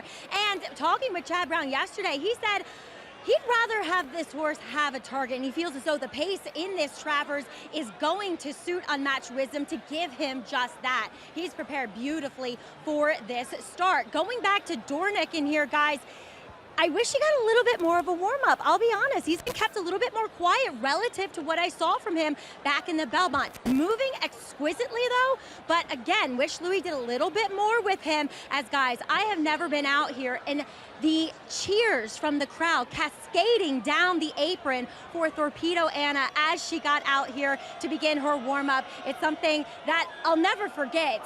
The admiration for Torpedo Anna is real, Meg. Yeah, listen, she is special. I think this Travers is something for everybody. One of the most intriguing Travers I can remember in a very long time. But I think there's legitimate pace here, quality horses with pace, and I don't think there's going to be any breathers here. I think they're going to run fast in the beginning, the middle, and the end, and I think it sets up for Sierra Leone's late run. I also think you've got to give a long, hard look to Corporate Power, who was runner-up to Unmatched Wisdom, giving him 4 pounds and playing his game last time, chasing him. I think he's a big price for a horse that should be closing. Acacia, what do you think? Well, Richie, I have been on Sierra Leone since the Kentucky Derby, picked him every time, and losing by slim margins. Yes, he's been his own worst enemy. I thought he's been training better. Flavian Prat has been able to figure him out, and he should get the setup today. I could not jump off, given how I expect this pace to play out. But Lafitte, my heart is with the girl power and rooting for Torpedo Anna. So many watching. Torpedo Anna, Flavian Prat on the favorite there. Prat looking for a third Grade 1 victory on the afternoon. Anna Thorpe and her grandfather, the Torpedo, the namesake of this terrific filly, as we have just about reached post time and go right back to Paul. Yeah, with a very spirited Dornick group, and Jayson Werth is with me. Jayson, how's it going? I don't know. This is a crazy game. This is what it's all about. Going into the gate right now, some of the best horses, 3-year-old horses in the world, and I wouldn't trade my horse, my position with anybody. Love our guy. You know, if the gate's open and he don't want to run today, I'll love him all the same. But he's got a big heart. He wants to win. It's going to be an unbelievable race. Good luck, Jason. Lafitte. Jayson Werth, co-owner Dornick, currently 9-2. Torpedo Anna, what about the rail? What about the draw here, Tom, for her and Brian Hernandez? She's an edgy horse, and she's an edgy horse in the gate. She's going to have to be in the gate longer than any other horse because she's going in first. Sierra Leone next door likes to take his time going in the gate. I'm paying close attention to her behavior in the gate and how well she leads. We just saw Mike Rapoli, owner of Fierceness. This would mean the world to him, given all of the criticism about his inconsistency leading up to this one. Statement race for Fierceness. Yeah, all the ups and downs with Fierceness go away if he crosses the wire here first. I think we should talk about the price in Sierra Leone and just dip back down to 8-5. I do think he's the horse to beat, especially because of the race setup. But guys, you both like him. Do you think 8-5 is too short? No, he's been beaten by a number of these. Dornick has beaten him. Fierceness has beaten him this year. You know, so of course he's too short a price. I thought Torpedo Anna would be favored when I made this selection, but I still am sticking with Sierra Leone. Why is today going to be any different for Sierra Leone when it almost feels like Murphy's Law with him? If something can go wrong, it will go wrong. Richie said it. None of these horses are going to get breathers. This is the best group he's faced. They're going to run at each other in waves early. It's going to set up perfectly for him. And the distance. Jayson Werth looking on. Dornick, Belmont winner, filing into the gate. Unmatched Wisdom, undefeated. The filly is in Torpedo Anna and Brian Hernandez. Sierra Leone, favored at post time, all set. Filing in for the 155th running of the Grade 1 DraftKings Travers. Frank Miramati standing by the Travers, live on Fox Saratoga Saturday. You're in the gate.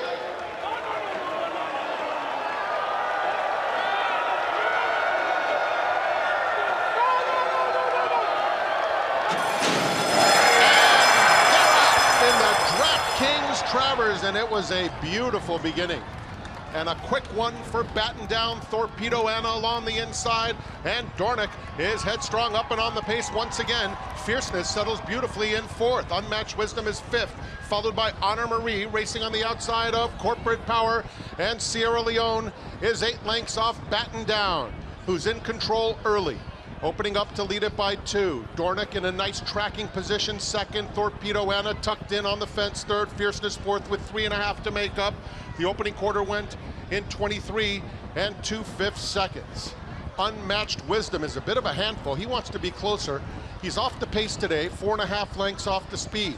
Honor Marie is 3 deep as they make their way onto the backstretch. Corporate Power in between horses, and Sierra Leone is inside of that pair, and in fact now in front of both of them. Batten down leads the way by a length over Dornick, with Fierceness in the clear third. Torpedo Anna patiently handled in fourth, 3.5 off the pace. The half went in a very reasonable 48 seconds flat. Behind them, Unmatched Wisdom. Sierra Leone has 6 lengths to make up, 3 in front of Corporate Power and Honor Marie. Dornick coming at batten down now.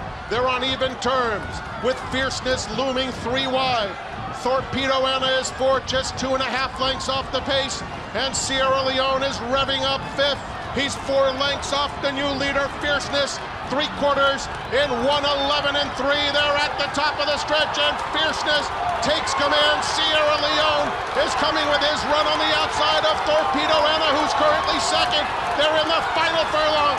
Johnny V asking Fierceness for everything he has. 3-length lead. Torpedo Anna running her heart out and coming with every stride. Fierceness, Torpedo Anna in an absolutely dramatic conclusion. The champ is back.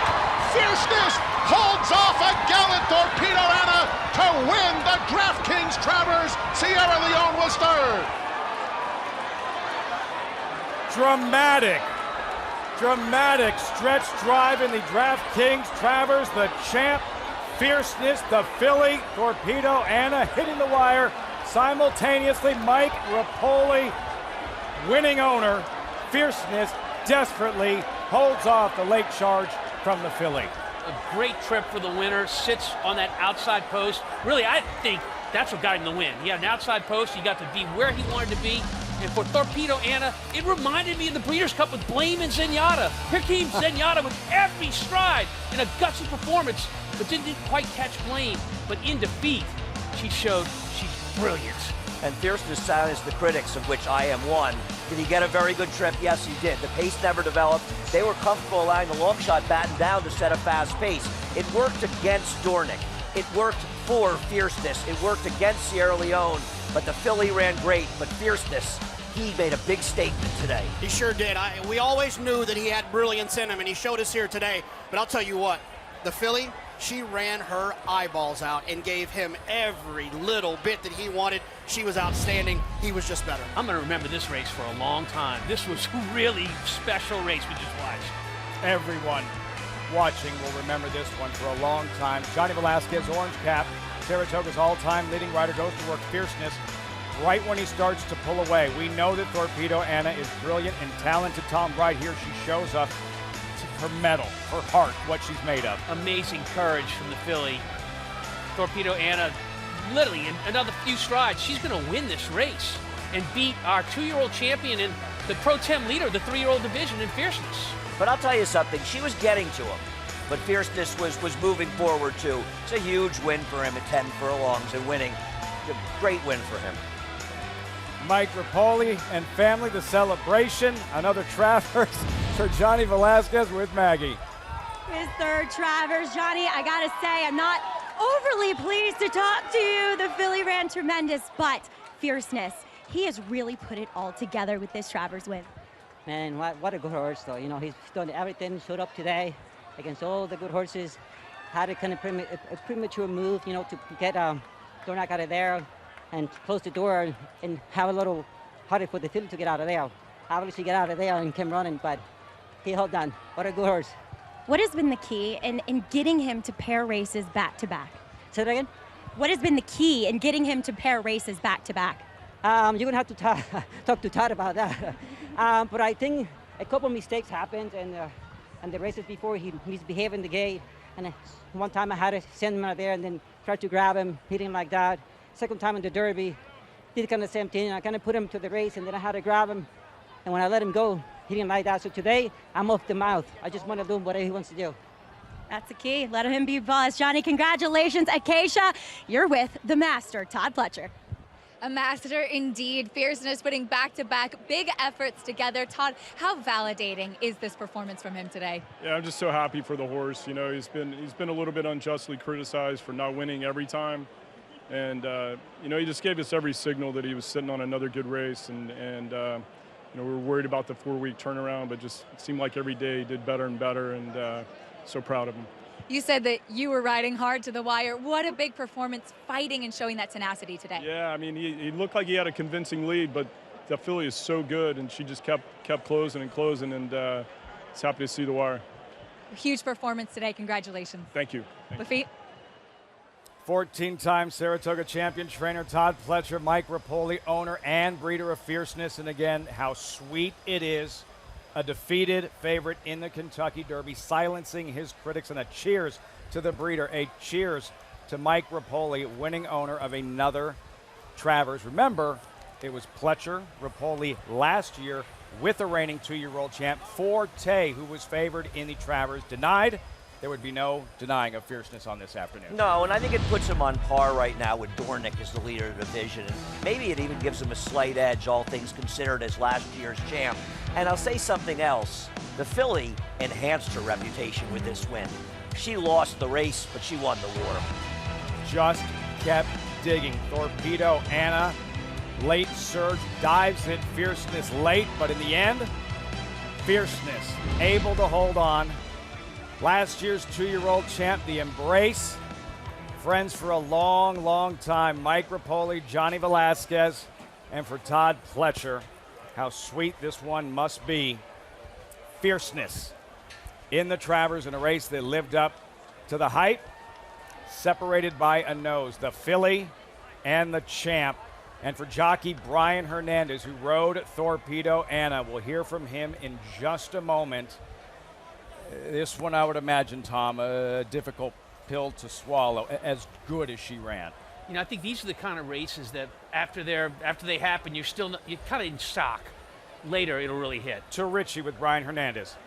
Brian, heartbreaking loss, but she was so game, and you worked out a really good ground-saving trip. Yeah, we had the trip that we kind of envisioned. They went a little slower down the backside than anticipated, but at the same time, my filly put herself where she needed to be, and turning from home, I was really confident that we'd be able to run fierceness down. But he put in a game effort today. You know, even at the 16th hole today, I was like, because my filly, she was really, really running. I said, well, we're going to be able to push past him. And he was just able to hold us off and get his head down right in front of ours. Well, great ride, great trip. And guys, she lost nothing in defeat. If anything, she gained. Legendary try. Class act. Brian Hernandez just doing that interview after a very difficult loss. The other side of the story, Johnny Velasquez and fierceness. Back where it all started, right here at Saratoga, in front of this massive crowd. The champ, victorious, able to hold off the late charging filly, fierceness, in the 155th Travers at Saratoga.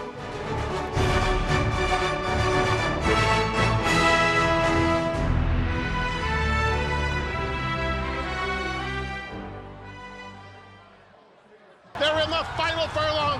Johnny V asking Fierceness for everything he has. 3-length lead. Torpedo Anna running her heart out and coming with every stride.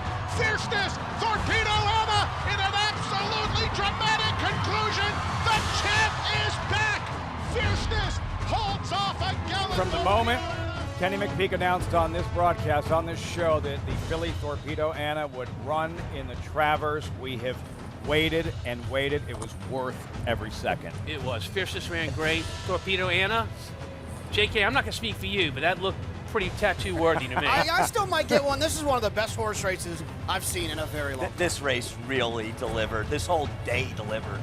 These sporting events that you build up, they rarely lived up to the hype. This one did. The champion on the inside, fierceness, Johnny Velasquez, gaining with each and every stride. Torpedo Anna just ahead shy. Fierceness, the champ, into the winner's circle. Johnny Velasquez, third win in the Travers. Mike Rapoli, the high five, another for trainer Todd Pletcher. Amazing afternoon at Saratoga. Coming up next on Fox, Major League Soccer, the Seattle Sounders versus the Minnesota United. That's next.